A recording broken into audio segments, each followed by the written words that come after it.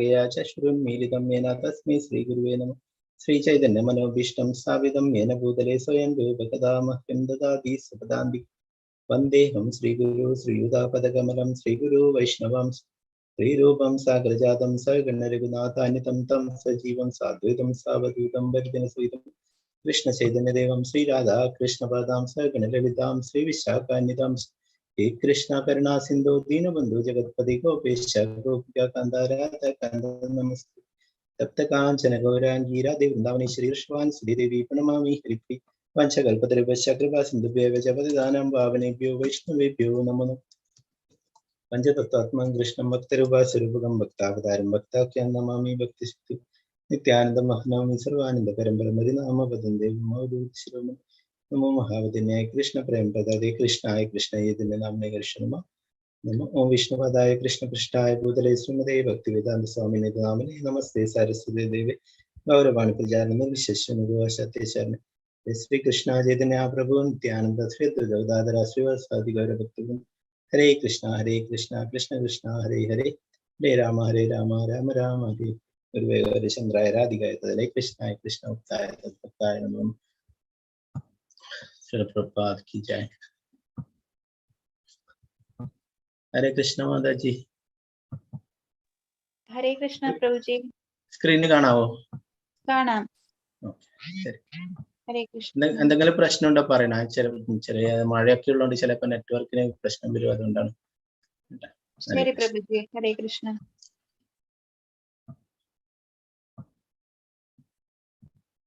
ഇന്ന് അധ്യായം 3 കർമ്മയോഗം. ഇന്നലെ നമ്മള് ആത്മാവിനെ കുറിച്ചൊക്കെ പഠിച്ചു അല്ലെ. അപ്പൊ നമ്മളൊക്കെ ആരാണ്? ജീവാത്മാവാണ് അല്ലെ, ഈ ശരീരമല്ല. അത് നമ്മൾ മനസ്സിലാക്കി അല്ലെ. അപ്പൊ ഇന്ന് കർമ്മയോഗം. അപ്പൊ യോഗ എന്ന് പറയുന്നത് കണക്ടിങ് ടു ഗോഡ്, ഭഗവാനുമായിട്ട് നമ്മളെ ബന്ധിപ്പിക്കുന്നത്. കർമ്മത്തിലൂടെ നമുക്ക് ഭഗവാനുമായിട്ട് ബന്ധം സ്ഥാപിക്കാൻ കഴിയുന്നത്. കുറെ യോഗം ഭഗവാൻ ഭഗവത്ഗീതയിൽ പറയുന്നുണ്ട്. കർമ്മയോഗം, പിന്നെ ധ്യാനയോഗം, അഷ്ടാംഗയോഗം, ജ്ഞാനയോഗം, ഭക്തിയോഗം, അങ്ങനെ കുറെ യോഗം പറയുന്നുണ്ട്. അപ്പോ ഇത് കർമ്മത്തിലൂടെ ഭഗവാനുമായി ബന്ധം സ്ഥാപിക്കുന്നത്, ജ്ഞാനത്തിലൂടെ ഭഗവാനുമായി ബന്ധം സ്ഥാപിക്കുന്നത്, ഭക്തിയിലൂടെ ഭഗവാനുമായി ബന്ധം സ്ഥാപിക്കുന്നത്, ധ്യാനത്തിലൂടെ ഭഗവാനുമായി ബന്ധം സ്ഥാപിക്കുന്നത്.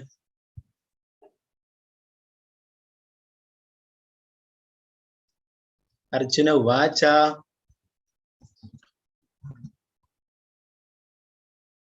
ജായസി ചേത് കർമ്മണസ്തേ മതാ ബുദ്ധിർജനാർദ്ദന തം കിം കർമ്മണി ഘോരേ മാം നിയോജയസി കേശവ.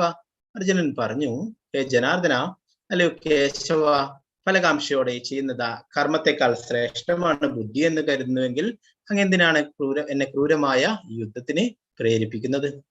അപ്പൊ ഇന്നലത്തെ ചാപ്റ്ററിൽ നമ്മൾ പഠിച്ചല്ലേ, ഭഗവാൻ പറയുന്നുണ്ടായിരുന്നു എന്താണ് ആ ബുദ്ധിയെ ഉപയോഗിച്ചിട്ടല്ലേ എന്താണ് കൃഷ്ണാബോധം പരിശീലിക്കേണ്ടതിനെ കുറിച്ചൊക്കെ പറയുന്നുണ്ടായിരുന്നു അല്ലെ. അപ്പൊ ഇവിടെ പറയുന്നത് എന്താണ്? ബുദ്ധിയാണ് ഉയർന്നതെങ്കിൽ പിന്നെന്തിനാണ് യുദ്ധത്തിന് പ്രേരിപ്പിക്കുന്നത് എന്ന് ചോദിക്കുന്നത് അല്ലെ. കർമ്മത്തെക്കാൾ ശ്രേഷ്ഠമാണ് ബുദ്ധി എന്ന് വരുന്നതെങ്കിൽ എന്തിനാണ് ക്രൂരമായ യുദ്ധത്തിന് പ്രേരിപ്പിക്കുന്നത്? അപ്പൊ അത് പരിശീലിക്കുന്നുണ്ടെങ്കിൽ ആ യുദ്ധം ചെയ്യേണ്ട ആവശ്യമില്ല എന്ന് പറയുകയാണ്. യാമിശ്രേണേവ വാക്യേന ബുദ്ധിം മോഹയസീവ മേ തദേകം വദ നിശ്ചിത്യ യേന ശ്രേയോ മാപ്നുയാം. ദ്വയാർത്ഥങ്ങളുള്ള ഉപദേശങ്ങളാൽ അങ്ങ് എന്റെ ബുദ്ധിയെ അമ്പരപ്പിക്കുന്നു. എനിക്ക് ഏറ്റവും ശ്രേയസ്കരമായത് എന്തെന്ന് തീർത്തും പറഞ്ഞു തരും. അർജുനെ വീണ്ടും കൺഫ്യൂഷൻ ആയല്ലേ, എന്താണ് ചെയ്യേണ്ടതെന്ന്. അപ്പോഴെന്താ പറയുന്നത്? ഭഗവാനോട് വീണ്ടും പറയുന്നത് എനിക്ക് ഏതാണ് ശ്രേയസ്കരമായിട്ടുള്ളതെന്ന് തീർത്തും പറഞ്ഞു തരാൻ വേണ്ടിയിട്ട്.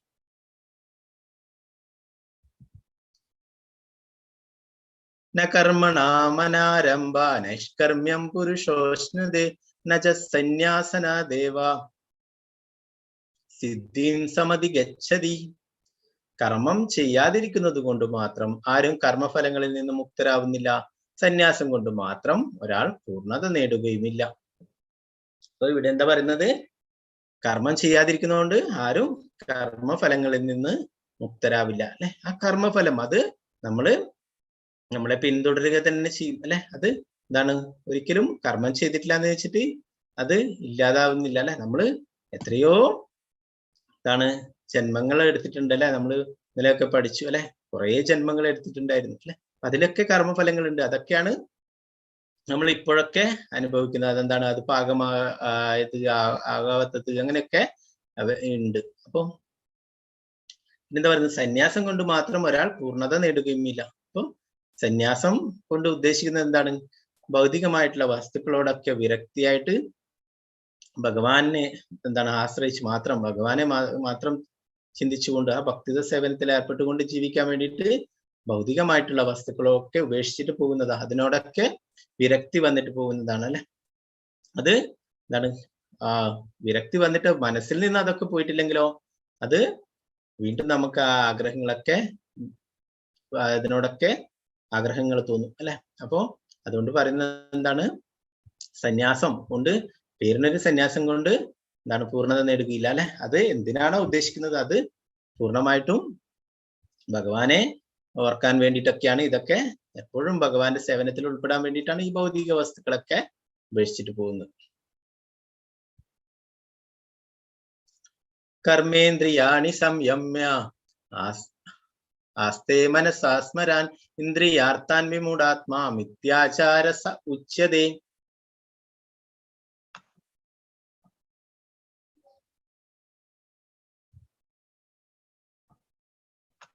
കർമ്മേന്ദ്രിയങ്ങളെ നിയന്ത്രിച്ചാലും വിഷയങ്ങളിൽ മനസ്സിനെ വ്യാപരിപ്പിച്ചുകൊണ്ടിരിക്കുന്നവൻ സ്വയം ഭ്രമിപ്പിക്കുകയാണ്, കപടനാട്യൻ എന്നാണ് അയാളെ പറയേണ്ടത്.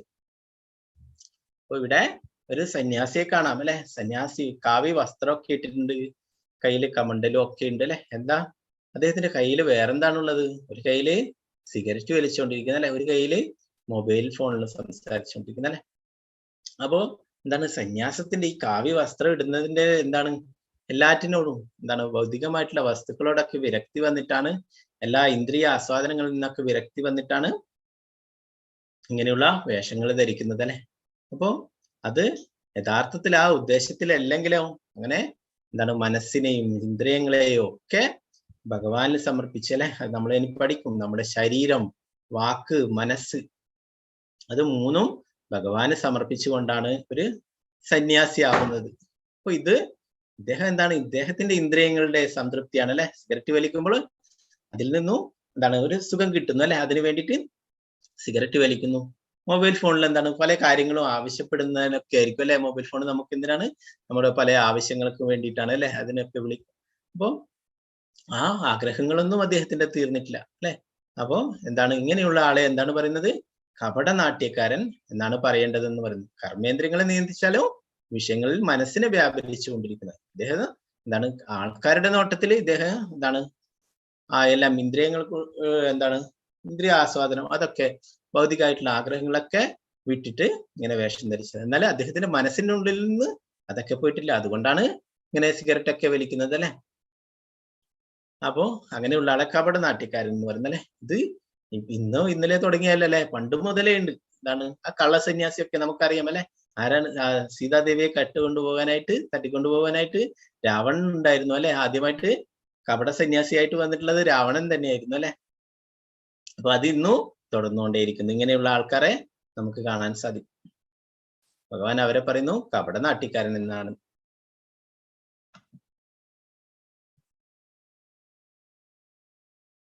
യസ്തീന്ദ്രിയാണി മനസ്സാ നിയമ്യാരഭതേ അർജുന കർമ്മേന്ദ്രിയൈ കർമ്മയോഗ മസക്ത സ വിശിഷ്യതേ. മറ്റൊരു തരത്തിൽ പറഞ്ഞാൽ ആത്മാർത്ഥതയുള്ള ഒരാൾ പ്രവർത്തന നിരതമായ ഇന്ദ്രിയങ്ങളെ മനസ്സിനാൽ നിയന്ത്രിക്കാൻ ശ്രമിച്ചുകൊണ്ട് ആസക്തി കൂടാതെ കൃഷ്ണാബോധപരമായ കർമ്മങ്ങളിൽ ഏർപ്പെടുകയാണെങ്കിൽ അയാളാണ് അത്യുത്തമൻ. അപ്പോ എന്താ ഇവിടെ പറയുന്നത്, ആത്മാർത്ഥതയുള്ള ഒരാൾ പ്രവർത്തന നിരതമായ ഇന്ദ്രിയങ്ങളെ മനസ്സിനാൽ നിയന്ത്രിക്കാൻ ശ്രമിച്ചുകൊണ്ട് ആസക്തി കൂടാതെ കൃഷ്ണാബോധപരമായ കർമ്മങ്ങളിൽ ഏർപ്പെടുകയാണെങ്കിൽ അയാളാണ് അത്യുത്തമൻ എന്ന് ഭഗവാൻ പറയുന്നു. നമ്മള് എല്ലാം ഉപേക്ഷിക്കേണ്ട, എല്ലാം ഭഗവാന്റെ സേവനത്തിൽ ഉൾപ്പെടുത്താൻ വേണ്ടിയിട്ടാണ് നമ്മളോട് പ്രഭുപാദർ പറഞ്ഞിരുന്നത്. സന്യാസം എന്ന് പറഞ്ഞിട്ട് എല്ലാം ഉപേക്ഷിച്ചിട്ട് എല്ലാത്തിനോടും വിരക്തിയായിട്ട് പോകുന്നു അല്ലെ. അപ്പൊ നമ്മള് എന്താണ് വേണ്ടത്, നമ്മുടെ ഇന്ദ്രിയങ്ങൾക്ക് വേണ്ടിയിട്ട് അല്ലാതെ ഭഗവാനെ സംതൃപ്തനാക്കാൻ വേണ്ടിയിട്ട് നമ്മുടെ ഇടയ്ക്കുള്ള വസ്തുക്കളൊക്കെ ഉപയോഗിക്കാം. ഭഗവാന്റെ സേവനത്തിനായിട്ട് നമ്മുടെ ഇടയ്ക്കുള്ള ഇപ്പൊ നമ്മുടെ ഭൗതികമായിട്ടുള്ള വസ്തുക്കളൊക്കെ നമ്മുടെ അടുത്ത് എന്താണ് ഒരു വാഹനം ഉണ്ടെങ്കിൽ അത് ഭഗവാന്റെ സേവനത്തിന് വേണ്ടിയിട്ട് ഉപയോഗിക്കാം. ക്ഷേത്രത്തിൽ പോകാൻ, ഭഗവാന് എന്താണ് പൂക്കളും മറ്റുള്ള ഇതൊക്കെ പൂജാ സാധനങ്ങളൊക്കെ വാങ്ങിക്കാൻ, അങ്ങനെ ഭഗവാന്റെ പുസ്തകങ്ങൾ വിതരണം ചെയ്യാൻ, അതിനൊക്കെ വേണ്ടിയിട്ട് നമ്മുടെ വാഹനങ്ങൾ ഉപയോഗിക്കാം. നമ്മുടെ ഫോണൊക്കെ ഭഗവാനെ കുറിച്ചുള്ള കാര്യങ്ങൾ കേൾക്കാൻ ഉപയോഗിക്കാം, അല്ലെ? ഇതുപോലുള്ള ഭഗവത്ഗീത പോലുള്ള സത്സംഗങ്ങൾ അറ്റൻഡ് ചെയ്യാൻ ഉപയോഗിക്കാം. അങ്ങനെ എല്ലാ നമ്മുടെ വസ്തുക്കളൊക്കെ എന്തിനു ഉപയോഗിക്കാം? ഭഗവാന്റെ സേവനത്തിന് ഉപയോഗിക്കാം. നമ്മൾ പിന്നെ ഇന്നലെ പറഞ്ഞല്ലേ, നമ്മുടെ ഇന്ദ്രിയങ്ങളൊക്കെ ഭഗവാന്റെ സേവനത്തിൽ ഉൾപ്പെടുത്താൻ വേണ്ടിയിട്ടല്ലേ, അങ്ങനെ ആ ഇന്ദ്രിയങ്ങളൊക്കെ നിയന്ത്രിക്കാൻ സാധിക്കും.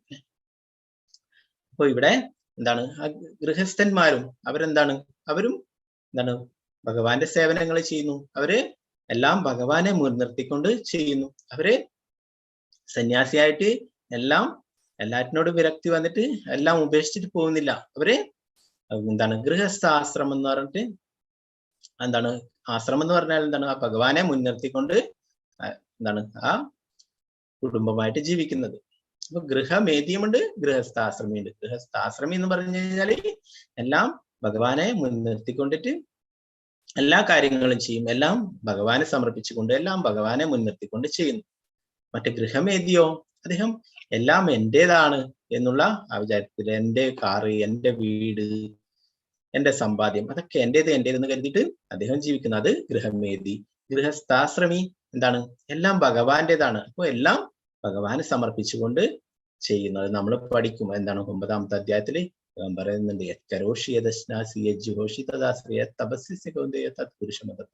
എന്ത് യജ്ഞങ്ങൾ ചെയ്യുന്നുണ്ടോ, എന്ത് ദാനം ചെയ്യുന്നുണ്ടോ, എന്ത് ഭക്ഷിക്കുന്നുണ്ടോ, എന്ത് നിവേദ്യങ്ങൾ ചെയ്യുന്നുണ്ടോ, എന്ത് ദാനം നൽകുന്നുണ്ടോ, എന്ത് തന്നെ ചെയ്യുന്നുണ്ടെങ്കിലും ഇതൊക്കെ എനിക്ക് സമർപ്പിച്ചുകൊണ്ട് ചെയ്യാൻ വേണ്ടിയിട്ട് ഭഗവാൻ പറയുന്നുണ്ട്. അപ്പോ ഗൃഹസ്ഥന്മാരെ അങ്ങനെയാണ്, അങ്ങനെ ഭക്തിയുത സേവനങ്ങൾ ചെയ്യുന്നു, തന്റെ അനിയതമായിട്ടുള്ള കർമ്മങ്ങളൊക്കെ ചെയ്യുന്നു, അതിന്റെ കൂടെ ഭക്തിയും ചെയ്യുന്നു. അങ്ങനെ എത്രയോ ആൾക്കാരുണ്ട് ഈ ഇസ്കോണിൽ തന്നെ. അപ്പോ എന്താണ്, പൊതുവെ ഒരു ധാരണയുണ്ട്, ഇസ്കോണിലൊക്കെ വന്നു കഴിഞ്ഞാല് സന്യാസിയായി പോകും, അങ്ങനെ ഒരു ധാരണയുണ്ട്. അല്ല, 4 തരത്തിലുള്ള ആശ്രമങ്ങൾ പറയുന്നു. ഒന്ന് ബ്രഹ്മചാരി, പിന്നെന്ത് ഗൃഹസ്ഥാശ്രമി, പിന്നെ വാനപ്രസ്ഥം, സന്യാസം, അവസാനത്തേതാണ് സന്യാസം. അപ്പോ ബ്രഹ്മചാരിയാവാം, ബ്രഹ്മചാരിയായിട്ട് പിന്നീട് ഗൃഹസ്ഥനായിട്ട് മാറണ്ടെങ്കിൽ അതിൽ നിന്ന് ഗൃഹസ്ഥനായിട്ട് മാറാം, ഇല്ല അതുപോലെ തന്നെ തുടങ്ങുന്നുണ്ട്, അതുപോലെ തുടരാം. എന്താണ് ഗൃഹസ്ഥാശ്രമിയായിട്ട് മക്കളൊക്കെ വലുതായി ഒരു 50 വയസ്സൊക്കെ കഴിഞ്ഞു കഴിഞ്ഞാല് വാനപ്രസ്ഥം, തീർത്ഥാടനത്തിനൊക്കെ പോവാം. അതും കഴിഞ്ഞിട്ട് അവസാനം വേണമെങ്കിൽ സന്യാസം എടുക്കാം. അല്ലാണ്ട് ഒരു ദിവസം കൊണ്ട് ഇസ്കോണിൽ ചേർന്ന് കഴിഞ്ഞാൽ സന്യാസിയായി പോകുന്നൊക്കെ ഒരു പൊതുവെയുള്ള ഒരു ധാരണയുണ്ട്. അപ്പൊ അതല്ല, എത്രയോ ഗൃഹസ്ഥന്മാരുണ്ട്, അവര് എല്ലാ കാര്യങ്ങളും ചെയ്യുന്നു. എന്നാല് പുറത്തു നിന്ന് നോക്കുന്ന ആൾക്ക് അവര് ഭൗതികമായിട്ട് ജീവിക്കുന്നതായിട്ട് തോന്നും. എന്നാല് അവരെല്ലാം ഭഗവാനെ സമർപ്പിച്ചുകൊണ്ട്, ഭഗവാനെ മുൻനിർത്തിക്കൊണ്ട് ചെയ്യുന്നു, കൃഷ്ണാബോധത്തിൽ ജീവിക്കുന്നു. ഭഗവാൻ ഇവിടെ പറയുന്നു, അങ്ങനെയുള്ള ആളാണ് ഉത്തമൻ എന്ന് പറയുന്നു. ഇവിടെ നിങ്ങൾക്ക് കാണാൻ സാധിക്കും, ഇത് ശ്രീകൃഷ്ണ ഭഗവാൻ തന്നെയാണ്, ജഗന്നാഥ ഭഗവാൻ എന്ന പേരിൽ അറിയപ്പെടും. ഒറീസയിലെ ജഗന്നാഥപുരിയില് നിങ്ങളൊക്കെ കേട്ടിട്ടുണ്ടാവും. ഇപ്പൊ അടുത്ത ജൂലൈയില് ജഗന്നാഥ രഥോത്സവം നടത്തുകയുണ്ടായി. ഭഗവാനെ രഥത്തിലിരുത്തിയിട്ട് വലിച്ചു കൊണ്ടുപോകുന്നത്. ഭഗവാൻ ഭക്തന്മാരെയൊക്കെ കാണാൻ പുറത്തേക്ക് എഴുന്നള്ളുന്നതാണെന്ന് പറയാം. അപ്പൊ ആ ജഗന്നാഥ ഭഗവാൻ, അത് സാക്ഷാൽ കൃഷ്ണൻ തന്നെയാണ് ജഗന്നാഥ ഭഗവാൻ. അപ്പൊ ഇവിടെ കാണാം, ജഗന്നാഥ രഥോത്സവം പോകുമ്പോഴേ ആ വഴികളൊക്കെ വൃത്തിയാക്കുമായിരുന്നു. അപ്പോ ഇവിടെ വൃത്തിയാക്കിക്കൊണ്ടിരിക്കുന്നത് ആ ഒറീസയിലെ രാജാവായിട്ടുള്ള പ്രതാപരുദ്ര മഹാരാജാവാണ്. പ്രതാപരുദ്ര മഹാരാജാവ് ആ ഭഗവാന്റെ രഥം പോകുന്ന വഴികള് വൃത്തിയാക്കുന്നു. അദ്ദേഹം ഒരു ഗൃഹസ്ഥനാണ്. അപ്പോ അദ്ദേഹം എന്താണ്, തന്റെ പദവി, രാജാവിന്റെ പദവി അല്ലെ, രാജാവ് ഇങ്ങനെ ഒരു വേഷത്തിലാണോ ഉണ്ടാവുക? അല്ല, രാജാവ് എന്താണ്, വില കൂടിയ വസ്ത്രങ്ങളും ആഭരണങ്ങളും കിരീടവും അല്ലെ, വിലപിടിച്ച രത്നങ്ങൾ വെച്ച കിരീടവും അതൊക്കെ ധരിച്ചിട്ടാണ് ഉണ്ടാവുക അല്ലെ. എന്നാൽ ഇവിടെ ഒരു സാധാരണ വൈഷ്ണവനായിട്ട് ഒരു വൈഷ്ണവ ധോതിയൊക്കെ എടുത്തിട്ട് ഭഗവാന്റെ രഥം പോകുന്ന വഴികള് വൃത്തിയാക്കുന്നു. അപ്പൊ ഇന്നും ആ ചടങ്ങ് തുടർന്നുകൊണ്ടിരിക്കുന്നു. ഇന്നും ആ രാജകുടുംബത്തിലുള്ള അംഗങ്ങള് ജഗന്നാഥ രഥോത്സവം നടക്കുമ്പോൾ അവിടെ ആ വീഥികള് വൃത്തിയാക്കി കൊടുക്കും, ഭഗവാൻ പോകുന്ന വഴി. അപ്പൊ ഈ ജഗന്നാഥ രഥോത്സവം നിങ്ങൾ കണ്ടിട്ടുണ്ടാവും. ഇതിവിടെ ലോകത്തിൽ എല്ലായിടത്തും നടത്തുന്നുണ്ട്. നമ്മുടെ കേരളത്തിലും ഒക്കെ ഉണ്ടാവാറുണ്ട്. ഈ കൊറോണ സിറ്റുവേഷന് മുന്നേ ഒക്കെ ഉണ്ടായിരുന്നു. തിരുവനന്തപുരം, പാലക്കാട്, കണ്ണൂർ അങ്ങനെ പല സ്ഥലങ്ങളിലും ഉണ്ടാവാറുണ്ട്. അതിലൊക്കെ പറ്റുമെങ്കിൽ ഇനി ഇതൊക്കെ കഴിഞ്ഞു കഴിഞ്ഞാൽ ഇനി വീണ്ടും ആരംഭിക്കും. അപ്പോഴൊക്കെ പറ്റുമെങ്കിൽ പങ്കെടുക്കുക. അപ്പൊ അത് അത്രയുമാണ്. അതിന്റെ വടത്തിൽ ഒരിക്കൽ സ്പർശിച്ചാൽ തന്നെ നമ്മുടെ എത്രയോ ജന്മങ്ങളായിട്ടുള്ള പാപങ്ങള് ഇല്ലാതാവും എന്ന് പറയും. അപ്പൊ ഇത് ജഗന്നാഥ് ഭഗവാൻ, മരത്തില് ഭഗവാൻ അവതരിച്ചിട്ടുള്ള ദാരു ബ്രഹ്മൻ എന്നും പറയും. ജഗന്നാഥപുരി ക്ഷേത്രത്തിലുള്ള ആ ജഗന്നാഥ ഭഗവാൻ. ഇതിനെയാണ് പ്രഭുപാദർ ലോകം മുഴുവൻ എല്ലാ ഭക്തന്മാർക്കും എത്തിച്ചത്. എല്ലാ ഭക്തന്മാരുടെ ഇടയിലും ജഗന്നാഥ രഥോത്സവം എത്തിക്കുന്നുണ്ട്. ഇന്നും 200ഓളം രാജ്യങ്ങളിൽ ജഗന്നാഥ രഥോത്സവം നടത്തുന്നുണ്ട്. അപ്പോ ഭഗവാന്റെ സേവനങ്ങൾ ചെയ്യാൻ വേണ്ടിയിട്ട് നമ്മളെ സ്ഥാനമോ പദവിയോ അല്ലെ സമ്പത്തോ അതൊന്നും ഒരു പ്രശ്നമല്ല അല്ലെ. അത് എന്താണ്, സാക്ഷാൽ രാജാവ് തന്നെയാണ് ഇവിടെ ഭഗവാന്റെ ഒരു സേവകനായിട്ട് വന്നിട്ട് സേവനങ്ങൾ ചെയ്യുന്നത് അല്ലെ. നമ്മൾ ഇന്നലെ പറഞ്ഞു സേവനങ്ങൾ ചെയ്യുക എന്നുള്ളത് അല്ലെ. നമ്മുടെയൊക്കെ യഥാർത്ഥ പൊസിഷൻ അതാണ്. ജീവേര സ്വരൂപ ഹോയി നിത്യേര കൃഷ്ണദാസൻ. നമ്മളൊക്കെ ഭഗവാന്റെ നിത്യദാസനാണ് എന്നതാണ് നമ്മുടെ യഥാർത്ഥ പൊസിഷൻ. എന്നാൽ ഈ നമ്മൾ ഭൗതിക ലോകത്തിൽ ജീവിക്കാൻ വേണ്ടിയിട്ട് നമ്മൾ എന്താണ്, നമ്മൾ ജോലി ചെയ്യുന്ന സ്ഥാപനത്തിന്റെ അവരുടെ എന്താണ് ദാസനാണ്, അവരുടെ സെർവന്റ് ആണ് അല്ലെ. നമ്മൾ പിന്നെ എന്താണ്, വീട്ടിലാണെങ്കിൽ ഭർത്താവിന്റെ സെർവന്റ് ആണ് ഭാര്യ അല്ലെ. പിന്നെ എന്താണ് അങ്ങനെ അച്ഛനമ്മ മക്കള് അങ്ങനെ ഓരോരാളും അങ്ങനെ എന്താണ് ഈ ഭൗതിക ലോകത്തിൽ അങ്ങനെ ഓരോരാളും ഓരോരാളുടെ സെർവന്റ് ആണ് അല്ലെ. എന്നാല് നമ്മുടെ യഥാർത്ഥമായിട്ടുള്ള ആരുടെ സെർവന്റ് ആണ്? നമ്മള് ഭഗവാന്റെ നിത്യദാസനാണ്. അതാണ് നമ്മുടെ യഥാർത്ഥമായിട്ടുള്ള പദവി. നിയതം കുരു കർമ്മത്വം കർമ്മജ്യായോ ഹ്യ കർമ്മണഃ ശരീരായത്രാഭിചാത്തേ ന പ്രസിദ്ധ്യേത കർമ്മണഃ. നിനക്ക് വിധിക്കപ്പെട്ടുള്ള കർമ്മം ചെയ്യുക. നൈഷ്കർമ്മത്തെക്കാൾ ശ്രേഷ്ഠമാണ് കർമ്മം.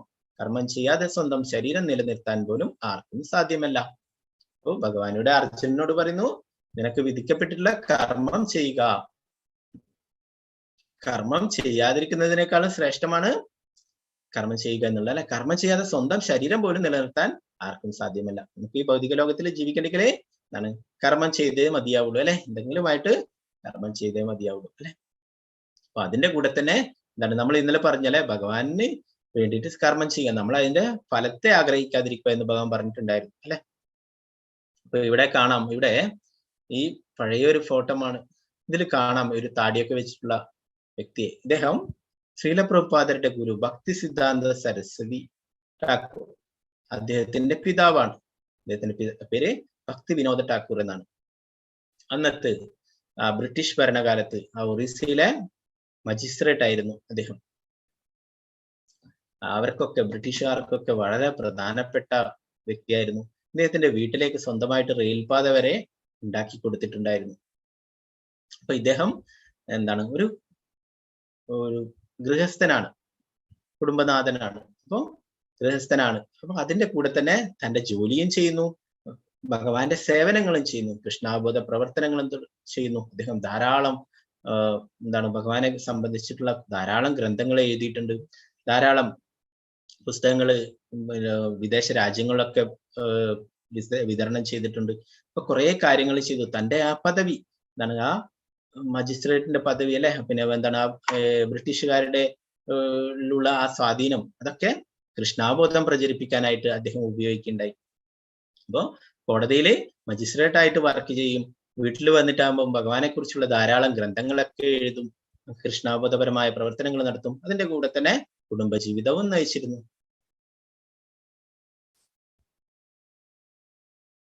അപ്പൊ കർമ്മം ഫലത്തെ കുറിച്ച് നേരത്തെ പറഞ്ഞല്ലേ, അത് എന്താണ്, അത് നമ്മളെ പിന്തുടർന്നു കൊണ്ടേയിരിക്കും എന്ന് പറഞ്ഞല്ലേ. അതിന്റെ ഇതാണ് എന്താണ്, ഒരു നമ്മൾ വിത്തിട്ട് കഴിഞ്ഞാല് അത് പെട്ടെന്ന് മുളക്കില്ല അല്ലെ, പതുക്കെ പതുക്കെ ആവുള്ളൂ. അപ്പൊ നമ്മൾ കുറെ ജന്മങ്ങളില് നമ്മൾ കുറെ പാപഫലങ്ങളൊക്കെ ചെയ്തിട്ടുണ്ട്. അതിന്റെ കർമ്മങ്ങളാണ് നമ്മളിപ്പോഴ്, കർമ്മഫലങ്ങളാണ് നമ്മളിപ്പോ അനുഭവിക്കുന്നത് അല്ലെ. നമുക്കറിയാം ഓരോരോ എന്താണ് മരത്തിന്റെ ഓരോരോ ചെടിയുടെ ഒക്കെ വിത്ത് നട്ട് കഴിഞ്ഞാല് പതുക്കെ പതുക്കെ ഉണ്ടാവും അല്ലെ. നമ്മളൊരു റോസിന്റെ ഒക്കെ ഒരു കമ്പ് മുറിച്ച് നട്ട് കഴിഞ്ഞാൽ അത് പെട്ടെന്ന് എന്താണ് പുഷ്പിക്കുകയൊക്കെ ചെയ്യും അല്ലെ, അതിന്റെ ഫലം ലഭിക്കും അല്ലെ, അതിന്റെ പൂവ് ലഭിക്കും. എന്നാല് വേറെ എന്തെങ്കിലും എന്താണ് ചെടിയൊക്കെ നട്ട് കഴിഞ്ഞാലോ എന്താണ് തെങ്ങൊക്കെ നട്ട് കഴിഞ്ഞാൽ എത്രയോ കുറെ കാലങ്ങൾ പിടിക്കും അല്ലെ, അതിലൊക്കെ ഫലം ഉണ്ടാക്കും. അപ്പൊ അതേപോലെ നമ്മൾ ചെയ്ത കർമ്മഫലങ്ങൾ എന്താണ് പാപകർമ്മങ്ങളൊക്കെ ചെയ്തതിന് പാപത്തിനും ഫലമുണ്ട്, പുണ്യത്തിനും ഫലമുണ്ട്. അപ്പൊ ആ കർമ്മഫലങ്ങൾ എന്താണ്, അത് പതുക്കെ പതുക്കെ വരും. അതിന് ഉദാഹരണമായിട്ട് എന്താണ്, നമുക്ക് ഈ ഭഗവത്ഗീത തന്നെയുണ്ട്. ധൃതരാഷ്ട്ര അന്ധനായിരുന്നു അല്ലെ, ആ അന്ധനായിരുന്നു. പിന്നെ കൂടാതെ എന്താണ്, അദ്ദേഹത്തിന്റെ 100 പുത്രന്മാരും ഇല്ലാതായി അല്ലെ, അവരൊക്കെ വധിക്കപ്പെടുകയുണ്ടായി അല്ലെ. അപ്പൊ അതിന്റെ കാരണത്തെ കുറിച്ച് ചോദിക്കുന്നു, എന്തുകൊണ്ടാണ് ഇങ്ങനെ സംഭവിച്ചതെന്ന് ധൃതരാഷ്ട്രർ ചോദിക്കുന്നു. അതിന് ഭഗവാൻ പറയുന്നു, എന്താണ്, 50 ജന്മങ്ങൾക്ക് മുന്നേ ആ ധൃതരാഷ്ട്രർ എന്താണ് ഒരു പക്ഷിയെ അമ്പെയ്തു. അപ്പോഴേ അതിന്റെ കൂട്ടില് 100ഓളം മുട്ടകൾ ഉണ്ടായിരുന്നു, അതിന്റെ കുഞ്ഞുങ്ങളെ വിരിയാൻ വേണ്ടി വെച്ചിട്ടുള്ളത്. അതൊക്കെ നശിപ്പിക്കുകയുണ്ടായി. ആ വലിയ എന്താണ് ആ അമ്മ പക്ഷി അവിടുന്ന് പറഞ്ഞു പോയപ്പോൾ അതിനെ അമ്പെയ്യാൻ പറ്റാത്ത ദേഷ്യത്തിൽ ആ കൂടൊക്കെ അമ്പെയ്ത് തകർക്കുകയുണ്ടായി. അപ്പൊ അതിലുള്ള ആ പക്ഷികളൊക്കെ മരണപ്പെടുകയുണ്ടായി. അപ്പൊ അതിന്റെ ആ കർമ്മഫലമാണ് അദ്ദേഹത്തിന് ഈ മക്കളൊക്കെ നഷ്ടപ്പെട്ടത് എന്ന് പറയുകയുണ്ടായി. അപ്പൊ അദ്ദേഹം ചോദിച്ചു, ധൃതരാഷ്ട്ര അതിനെന്തിനാണ് ഇത്രയും 50 ജന്മങ്ങൾ വേണ്ടി വന്നത്? അപ്പൊ അതിന് എന്താണ് 50 ജന്മങ്ങൾ വേണ്ടി വന്നു, 100 പുത്രന്മാരായി ഉണ്ടാവാൻ വേണ്ടിയിട്ട് ആ 50 ജന്മങ്ങൾ വേണ്ടി വന്നു, പുണ്യപ്രവൃത്തികളൊക്കെ. അതിന്റെ ഫലമായിട്ട് 100 പുത്രന്മാരുണ്ടായി. അവസാനം എന്താണ്, അവരൊക്കെ യുദ്ധത്തിൽ വധിക്കപ്പെട്ടു. കർമ്മണോന്യത്ര ലോകോയം കർമ്മ ബന്ധന തദർത്ഥം കർമ്മ കൗന്ദേയ മുക്തസംഗ സമാചര. കർമ്മം വിഷ്ണുവിനായുള്ള യജ്ഞം എന്ന നിലയിൽ അനുഷ്ഠിക്കേണ്ടതാണ്, അല്ലെങ്കിൽ അത് മനുഷ്യനെ ഭൗതിക ലോകത്തോട് കൂടുതൽ ബന്ധിക്കുകയുള്ളൂ. കുന്തിപുത്ര, നിന്റെ നിർദ്ദിഷ്ട കർമ്മങ്ങളെ ഭഗവാന്റെ സംതൃപ്തിക്കായി നിർവഹിക്കൂ. അങ്ങനെ ചെയ്താൽ നിനക്ക് എന്നെന്നും ബന്ധ വിമുക്തനായിരിക്കാം. ഇവിടെ എന്താണ് പറയുന്നത്, നമ്മൾ ചെയ്യുന്ന കർമ്മം അതെന്താണ്, ഭഗവാനുള്ള വിഷ്ണുവിനായിട്ടുള്ള യജ്ഞം എന്ന നിലയിൽ അനുഷ്ഠിക്കേണ്ടതാണെന്ന് പറയുന്നു. അല്ലെങ്കിലോ അത് മനുഷ്യനെ ഭൗതിക ലോകത്തിൽ കൂടുതൽ ബന്ധിക്കുകയുള്ളൂ എന്ന് പറയുന്നു. അപ്പൊ അർജുനനോട് ഇവിടെ പറയുന്നു, എന്താണ്, നിന്റെ നിർദ്ദിഷ്ട കർമ്മങ്ങളെ എന്റെ സംതൃപ്തിക്കായിട്ട് നിർവഹിക്കൂ, ഭഗവാന്റെ സംതൃപ്തിക്കായിട്ട് നിർവഹിക്കൂ. അങ്ങനെ ചെയ്യുകയാണെങ്കിൽ നിനക്ക് പാപങ്ങൾ ഉണ്ടാവില്ല, നീ ബന്ധ മുക്തനായിരിക്കും. അപ്പോ അർജുനന്റെ ഡ്യൂട്ടി എന്താണ്, നമ്മൾ നേരത്തെ പഠിച്ചു അല്ലെ, എന്താണ്, ക്ഷത്രിയനാണ്, ക്ഷത്രിയന്റെ ധർമ്മമാണ് യുദ്ധം ചെയ്തിട്ട് രാജ്യത്തെയും പ്രജകളെയും ഒക്കെ സംരക്ഷിക്കുക എന്നുള്ളത് അല്ലെ. അത് ചെയ്യാൻ പറയുന്നു. അതിന്റെ ഫലത്തെ കുറിച്ചിട്ട് ആഗ്രഹിക്കേണ്ട, അത് ഭഗവാന് സമർപ്പിച്ചുകൊണ്ട് ചെയ്യാൻ വേണ്ടിയിട്ട് ഭഗവാന്റെ ആ ഉപദേശങ്ങൾ അനുസരിച്ചിട്ട് പ്രവർത്തിക്കുക അല്ലെ. അങ്ങനെയാണെങ്കിൽ ഉണ്ടാവില്ല എന്ന് പറയുന്നു. ശിഷ്ടാശിന സന്തോ മുച്യന്തേ സർവ കിൽബിഷൈ പുജ്യതേതകം പാപ യേ പച്യന്ത്യാത്മകാരണാത്. യജ്ഞത്തിൽ നിവേദിക്കപ്പെടുന്ന അന്നം ഭക്ഷിക്കുന്നത് കൊണ്ട് ഭഗവത് ഭക്തന്മാർ സർവ്വ പാപങ്ങളിൽ നിന്നും മുക്തരാകുന്നു. സ്വയം ആസ്വദിക്കാൻ വേണ്ടി ഭക്ഷണം ഉണ്ടാക്കുന്നവർ പാപത്തെയാണ് ഭുജിക്കുന്നത്. നമ്മള് ഭഗവാനെ നിവേദിക്കപ്പെടുന്ന അന്നം ഭക്ഷിക്കുന്നത് കൊണ്ടാണ് എന്താണ് പറയുന്നത്, ഭഗവത് ഭക്തന്മാർ സർവ്വ പാപങ്ങളിൽ നിന്നും മുക്തരാവുന്നു എന്ന് പറയുന്നു. അപ്പോ ഭഗവത് പ്രസാദത്തിന് അത്രയും പ്രാധാന്യമുണ്ട്. നമുക്കറിയാം, നമ്മള് എന്താണ്, അതിന് നേരെ ഓപ്പോസിറ്റ് ആയിട്ടുള്ള കാര്യം ഞാൻ പറയാം. എന്താണ്, നമ്മള് ഏതെങ്കിലും രോഗികൾ കഴിച്ചതിന്റെ ബാക്കി കഴിക്കുകയാണെങ്കിൽ എന്താണ്, നമുക്കും ആ രോഗം പകരും അല്ലെ. പ്രത്യേകിച്ച് ഈ കൊറോണ കാലത്തൊക്കെ അല്ലെ, ആരെങ്കിലും തൊട്ടത് തന്നെ നമ്മൾ തൊടില്ല അല്ലെ, എന്താണ്, നമുക്ക് രോഗം പകരും അല്ലെ. അപ്പൊ പിന്നെ കഴിച്ചതിന്റെ ബാക്കി കഴിച്ചാലോ, അത് ഇപ്പൊ വന്നെന്ന് ചോദിച്ചാൽ മതി അല്ലെ. അപ്പോ അതുകൊണ്ട് എന്താണ്, അത് കഴിക്കില്ല അല്ലെ. അപ്പൊ അതുപോലെ അതിന്റെ നേരെ ഓപ്പോസിറ്റ് ആയിട്ടുള്ള കാര്യമാണ് എന്താണ്, പോസിറ്റീവായിട്ടുള്ള കാര്യം എന്താണ്, ഭഗവാന് നിവേദിച്ചത്, ആ ഭഗവാൻ കഴിച്ചതിന്റെ അതിന്റെ ബാക്കി ഭാഗം നമ്മൾ കഴിക്കുകയാണെങ്കിൽ എന്താണ്, നമ്മളിലുള്ള സർവ്വ പാപങ്ങളും ഇല്ലാതാവുന്നു.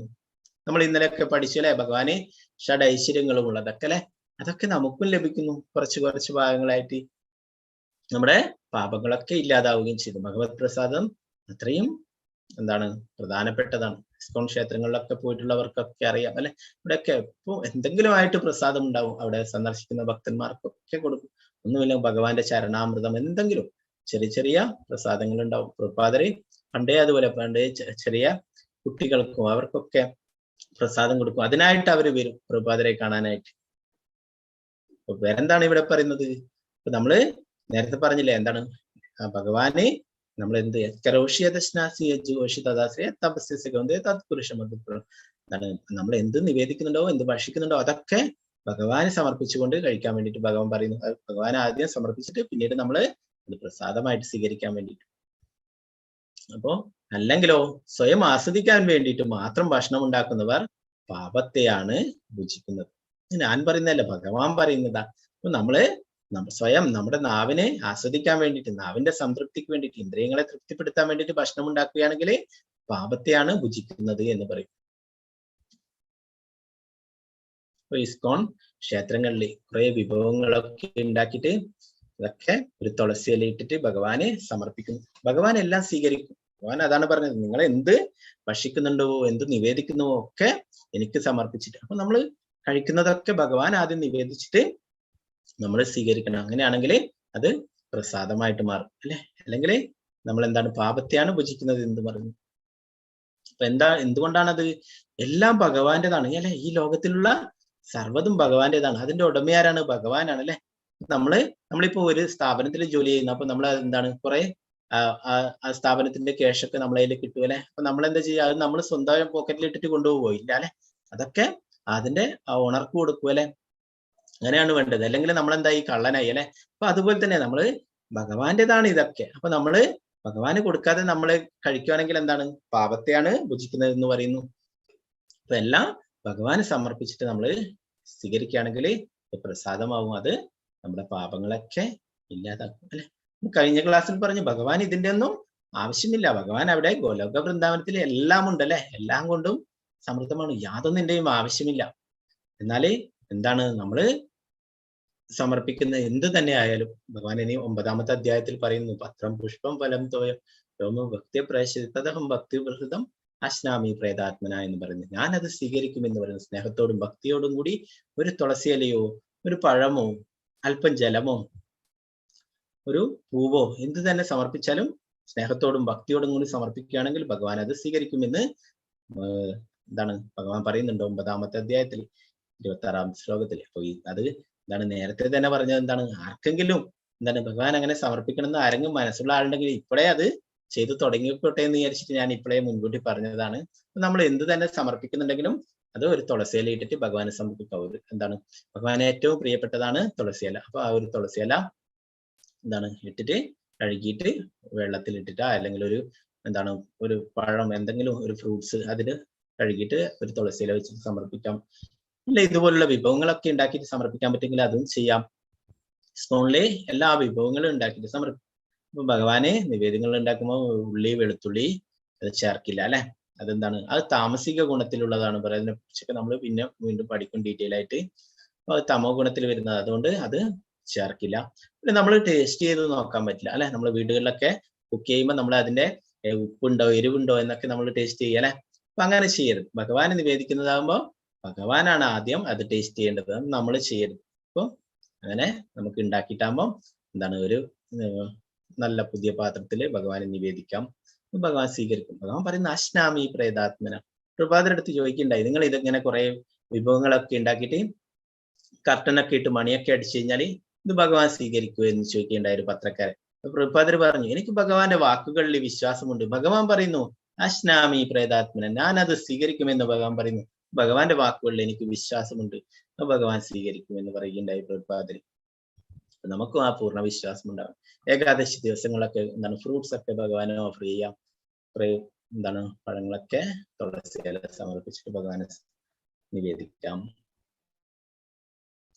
അന്നാത് ഭവന്തി ഭൂതാനി പർജന്യാദന സംഭവ യജ്ഞാത് ഭവതി പർജന്യോ യജ്ഞകർമ്മ സമുദ്ഭവ. എല്ലാ ജീവജാലങ്ങളും ധാന്യങ്ങൾ കൊണ്ട് ജീവിക്കുന്നു. അതാകട്ടെ മഴ മൂലമുണ്ടാകുന്നു. മഴ യജ്ഞത്തിൽ നിന്നുണ്ടാകുന്നു. യജ്ഞങ്ങൾ വിധിപ്രകാരമുള്ള കർമ്മങ്ങളിൽ നിന്നും. ഇവിടെ എന്താ പറയുന്നത്? എല്ലാ ജീവജാലങ്ങളും ധാന്യങ്ങൾ കൊണ്ട് ജീവിക്കുന്നു. അതാകട്ടെ മഴ മൂലമുണ്ടാകുന്നു. മഴ യജ്ഞത്തിൽ നിന്നുണ്ടാകുന്നു. യജ്ഞങ്ങൾ വിധിപ്രകാരമുള്ള കർമ്മങ്ങളിൽ നിന്നും ഉണ്ടാകുന്നു അല്ലെ. അപ്പൊ ചില മൃഗങ്ങളൊക്കെ അവരെന്താ മാംസമൊക്കെ കഴിക്കുന്നത് അല്ലെ. അവര് മാംസം കഴിക്കണ്ടെങ്കിൽ ആ മൃഗം എന്തായിരിക്കും? അത് ഇതുപോലുള്ള ധാന്യങ്ങളൊക്കെ കഴിച്ചിട്ടാണ് ജീവിക്കുന്നുണ്ടാവുക. അപ്പോ വേദങ്ങളൊക്കെ ഉണ്ടാക്കിയിട്ടുള്ളത് ആരാണ്? ഭഗവാനാണ് അല്ലെ. അപ്പൊ വേദങ്ങളിലൊക്കെ പറഞ്ഞിട്ടുള്ളത് പ്രകാരം യജ്ഞങ്ങൾ ചെയ്യുന്നു. അങ്ങനെ യജ്ഞങ്ങൾ ചെയ്യുകയാണെങ്കിൽ അതിൽ നിന്നും മഴയുണ്ടാവുന്നു. അപ്പോ മഴ എന്താണ്? മഴ കൊണ്ട് സസ്യങ്ങളൊക്കെ പുഷ്പിക്കും, കായ്ക്കും ഒക്കെ ചെയ്യും അല്ലെ. എന്താണ് പച്ചക്കറികളും പഴങ്ങളും ഒക്കെ ഉണ്ടാവും. ഓക്കെ, അതൊക്കെ നമ്മൾ എന്താണ് ശേഖരിച്ചിട്ട് അതൊക്കെ ഭഗവാന് സമർപ്പിക്കണം അല്ലെ. നമ്മൾ സ്വന്തമായിട്ട് അത് ആസ്വദിക്കരുത്, ആദ്യം ഭഗവാനെ സമർപ്പിക്കും അല്ലെ. എന്നിട്ട് നമുക്കത് പ്രസാദമായിട്ട് സ്വീകരിക്കാം അല്ലെ. അതാണ് നമ്മുടെ എന്താണ് കൊല്ലത്തിൽ ഒരു ദിവസം നമ്മൾ ചെയ്യുന്നുണ്ട്. അതാണ് കൃഷ്ണാബോധത്തിലുള്ളവര്, ഇസ്കോണിലുള്ളവര് എല്ലാ ദിവസവും ചെയ്യുന്നു. മറ്റുള്ളവർ കൊല്ലത്തില് ഒരു ദിവസം ചെയ്യുന്നു അല്ലെ. എന്താണ് അത്? വിഷു അല്ലെ. വിഷു യഥാർത്ഥത്തില് വിഷ്ണു പൂജയാണ്. വിഷ്ണു പൂജയാണ് പിന്നീട് പറഞ്ഞ് അത് വിഷു ആയിപ്പോയതാണ്. വിഷ്ണു പൂജ അത് എന്താണ്? ഭഗവാന് എല്ലാം സമർപ്പിക്കുന്നത്. വർഷത്തിൽ ഒരു ദിവസം ഒരു എല്ലാത്തിന്റെയും വിളവൊക്കെ എടുത്തിട്ടാകുമ്പം ഒരു ദിവസം എല്ലാം ഭഗവാന് സമർപ്പിക്കുന്നു അല്ലെ. അപ്പൊ ആർക്കാണ് കണി? നമ്മള് വിഷു കണി വെക്കുമ്പോ ആരെയാണ് വെക്കുക? ഭഗവാനെ വെച്ചിട്ടാണ്, വിളക്കൊക്കെ വെച്ചിട്ടാണ് എല്ലാം ഭഗവാന്റെ മുന്നിൽ വെക്കുക അല്ലെ. അപ്പം അത് വർഷത്തിൽ ഒരിക്കൽ ചെയ്യുന്നു. അപ്പൊ എന്താണ് അത് എപ്പോഴും നമുക്ക് ചെയ്യാം. എപ്പോഴും ചെയ്തു കഴിഞ്ഞാല് നമുക്ക് എന്താണ് ഒരിക്കലും എന്താണ് കൂടുതൽ എന്താണ് അഭിവൃദ്ധിയൊക്കെ ഉണ്ടാവുകയല്ലാണ്ട് അതിനുകൊണ്ട് നഷ്ടമൊന്നും ഉണ്ടാവില്ല. അപ്പൊ എല്ലാവരും അങ്ങനെ ചെയ്യണം എന്നാണ് നമ്മുടെ ശാസ്ത്രങ്ങളിലൊക്കെ പറയുന്നത്. എല്ലാം ഭഗവാന് സമർപ്പിച്ചുകൊണ്ട് നമ്മൾ സ്വീകരിക്കണം എന്നാ പറയുന്നത്. ആ വിഷുവിന്റെ അതിന്റെ പിന്നില് നിങ്ങൾക്കൊക്കെ അറിയായിരിക്കും. അത് പിന്നീട് നമുക്കൊരു ക്ലാസ്സിൽ വേണമെങ്കിൽ ചർച്ച ചെയ്യാം. അപ്പൊ ഇങ്ങനെ എന്താണ് വേദങ്ങളിൽ പറഞ്ഞ പ്രകാരം യജ്ഞം ചെയ്യുന്നു, യജ്ഞത്തിൽ മഴയുണ്ടാവുന്നു, മഴയിൽ നിന്നും എന്താണ് ധാന്യങ്ങളും പഴങ്ങളും പച്ചക്കറികളൊക്കെ ഉണ്ടാവുന്നു. അത് നമ്മൾ ഭഗവാന് സമർപ്പിച്ചിട്ട് നമ്മൾ സ്വീകരിക്കും. അപ്പൊ യജ്ഞത്തെ കുറിച്ച് പറയുമ്പോൾ എന്താണ് മഴയുണ്ടാകാൻ വേണ്ടിയിട്ട് യജ്ഞങ്ങൾ ചെയ്യുന്നല്ലേ. അപ്പൊ അവിടെ ഒരു ഗോവർദ്ധന ലീല നടന്നിട്ടുണ്ടായിരുന്നു. നിങ്ങൾക്കൊക്കെ അറിയാമായിരിക്കും. വൃന്ദാവനത്തിൽ അറിയാത്തവർക്ക് വേണ്ടിയിട്ട് ഞാൻ ചുരുക്കിയിട്ട് പറയാം. എന്താണ് മഴ പെയ്യിക്കുന്നത് ആരാണ്? ഇന്ദ്രനാണ് അല്ലെ. അപ്പൊ ഭഗവാൻ ഓരോരോ ആൾക്കാർക്കും ഓരോരോ ചുമതല കൊടുത്തിട്ടുണ്ട് അല്ലെ. നമുക്കറിയാം നമ്മുടെ എന്താണ് പ്രധാനമന്ത്രിയൊക്കെ ഓരോരോ മന്ത്രിമാർക്ക് ഓരോരോ വകുപ്പുകൾ കൊടുക്കും അല്ലെ. വിദ്യാഭ്യാസം, ഗതാഗതം, അങ്ങനെ ഓരോരോ വകുപ്പുകൾ കൊടുക്കും അല്ലെ. അതുപോലെ തന്നെയാണ് എന്താണ് ഭഗവാനും ഓരോരോ ആൾക്കാർക്കും ഓരോരോ ഡ്യൂട്ടി കൊടുത്തിട്ടുണ്ട് അല്ലെ. എന്താണ് പിന്നെന്താണ് ഇന്ദ്രന് മഴ പെയ്യിക്കാൻ അല്ലെ, ബ്രഹ്മാവിന് സൃഷ്ടി, അങ്ങനെ സരസ്വതിക്ക് വിദ്യ, ലക്ഷ്മിക്ക് സമ്പത്ത് അല്ലെ. അങ്ങനെ ഓരോരോ ആൾക്കാർക്കും ഓരോന്ന് കൊടുത്തിട്ടുണ്ട്. അപ്പോൾ ഇന്ദ്രന്റെ ഡ്യൂട്ടിയാണ് മഴ പെയ്യിക്കുക എന്നത്. എന്നാൽ അവിടെ വൃന്ദാവനത്തില് നന്ദമഹാരാജാവ് ഒരു വലിയ യജ്ഞം ചെയ്യാൻ തീരുമാനിക്കായിരുന്നു. എന്താണ് മഴയില്ലാത്തത് കൊണ്ട് ആ ഇന്ദ്രനെ പ്രീതിപ്പെടുത്താനായിട്ട് വലിയൊരു യജ്ഞം തീരുമാനിക്കുന്നുണ്ടായി. അങ്ങനെ കുറെ വിഭവങ്ങളൊക്കെ ഉണ്ടാക്കി, കുറെ പൂജാ സാധനങ്ങളൊക്കെ ശേഖരിച്ചിട്ട് അങ്ങനെ ഒരു യജ്ഞം തുടങ്ങാൻ പോകുമ്പോൾ ഭഗവാൻ ചോദിക്കണ്ടായി, ഉണ്ണിക്കണ്ണൻ ചോദിക്കണ്ടായി, എന്താണ് ചെയ്യാൻ പോകുന്നത് എന്ന് ചോദിച്ചു. അപ്പൊ പറഞ്ഞു, ഇവിടെ മഴ ലഭിക്കുന്നില്ല, ഇന്ദ്രനെ തൃപ്തിപ്പെടുത്താൻ മാത്രമേ മഴ ലഭിക്കുകയുള്ളൂ. അപ്പോ ഭഗവാൻ പറഞ്ഞു, എന്താണ് സമുദ്രത്തില് മഴ പെയ്യുന്നുണ്ട്, പർവ്വതത്തിലും മഴ പെയ്യുന്നുണ്ട് അല്ലെ, എല്ലായിടത്തും മഴ പെയ്യുന്നുണ്ട്. അവിടെയൊക്കെ മഴ പെയ്യാൻ വേണ്ടിയിട്ട് എന്തെങ്കിലും യത്നങ്ങൾ ചെയ്തിട്ടാണോ? അല്ല അല്ലെ. അപ്പോ മഴ പെയ്യിക്കുക എന്നുള്ളത് ഇന്ദ്രന്റെ ഡ്യൂട്ടിയാണ്. അപ്പോ പ്രത്യേകിച്ച് യത്നങ്ങൾ ചെയ്യേണ്ട. നമുക്കെല്ലാം തരുന്നത് പഴങ്ങളും പച്ചക്കറികളും പശുക്കൾക്ക് പുല്ലും എല്ലാം തരുന്നത് ഗോവർദ്ധന പർവ്വതമാണ്.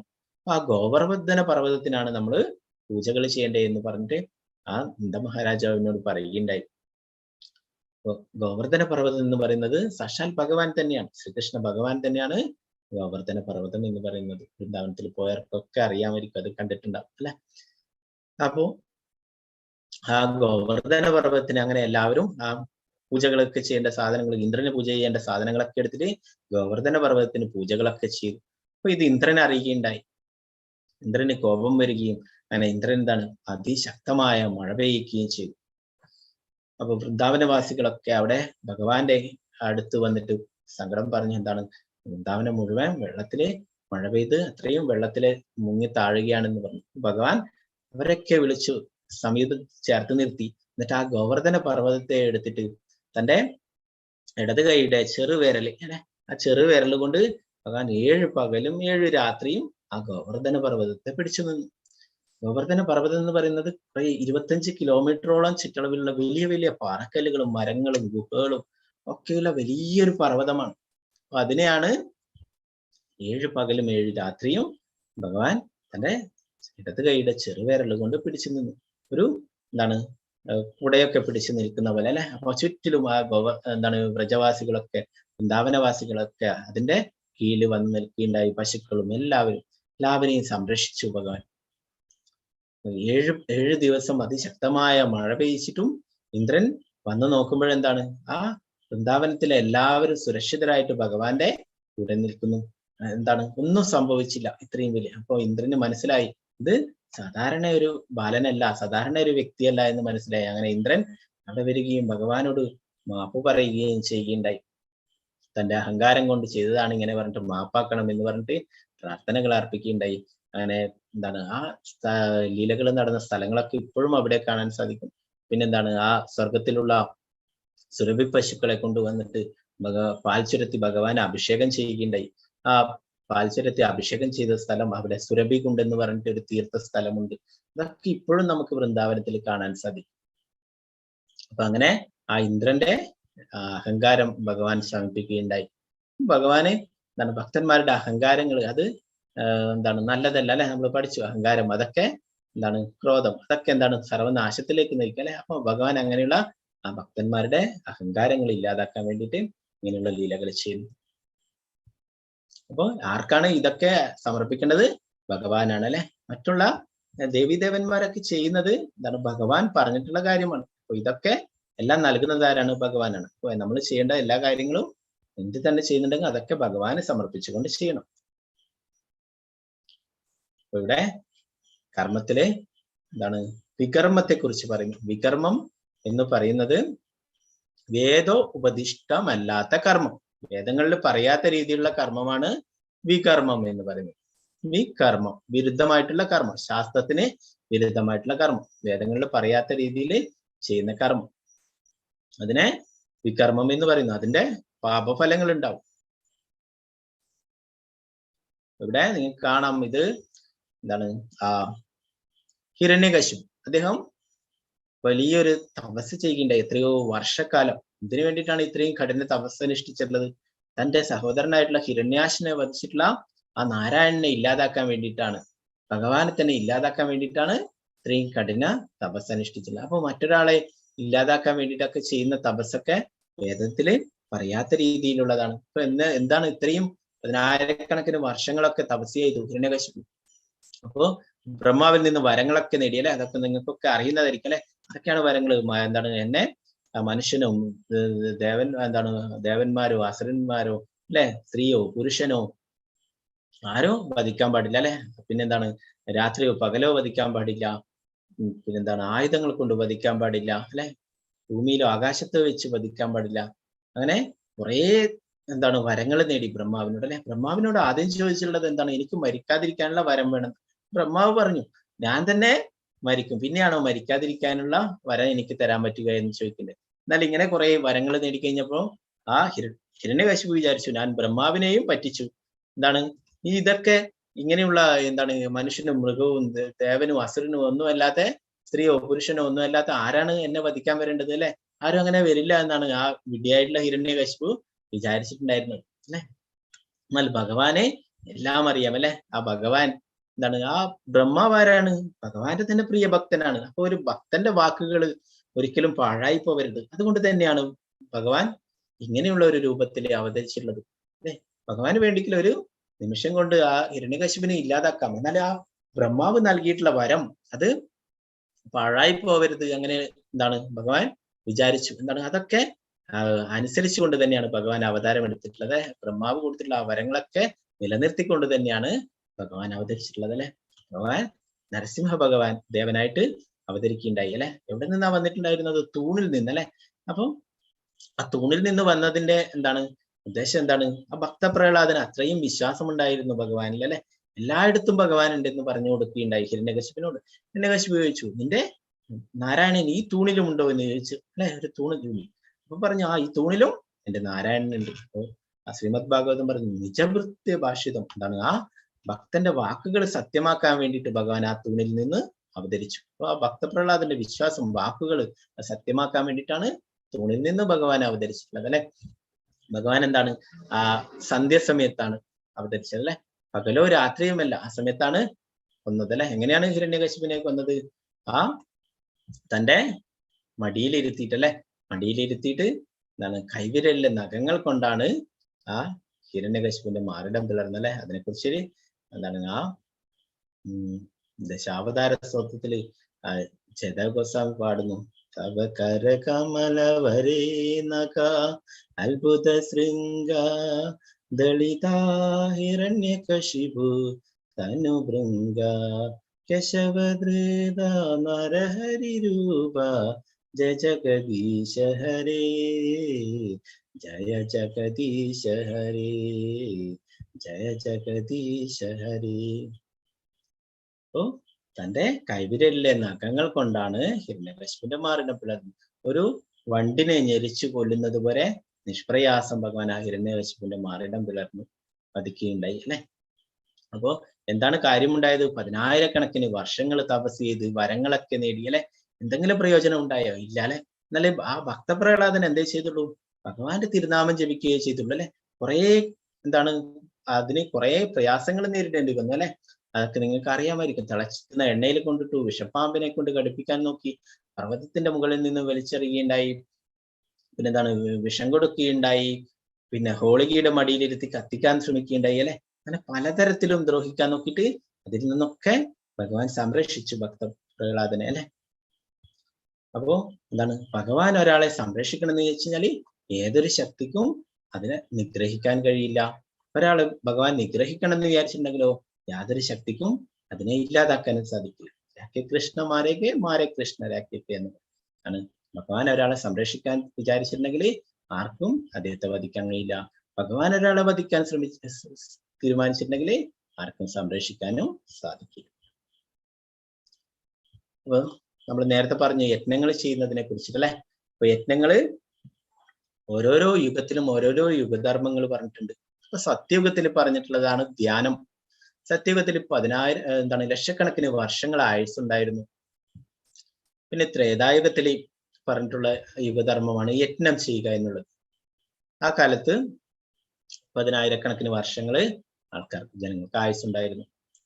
അപ്പൊ സത്യയുഗത്തിൽ എന്താണ് വലിയ കാടും വിജനമായ പ്രദേശങ്ങളും അതൊക്കെ ഉണ്ടായിരുന്നു. ധ്യാനം ചെയ്യാനായിട്ടുള്ള ആ സാഹചര്യങ്ങളൊക്കെ ഉണ്ടായിരുന്നു. ത്രേതായുഗത്തിൽ യജ്ഞങ്ങൾ ചെയ്യാൻ വേണ്ടിയിട്ട് പരിശുദ്ധമായിട്ടുള്ള പൂജാദ്രവ്യങ്ങളും വസ്തുക്കളൊക്കെ ഉണ്ടായിരുന്നു അല്ലെ. നമുക്ക് ഇപ്പോഴൊക്കെ അറിയാമെന്നാണ് പരിശുദ്ധമായ നെയ്യ് പോലും ഇട്ടില്ല അല്ലെ.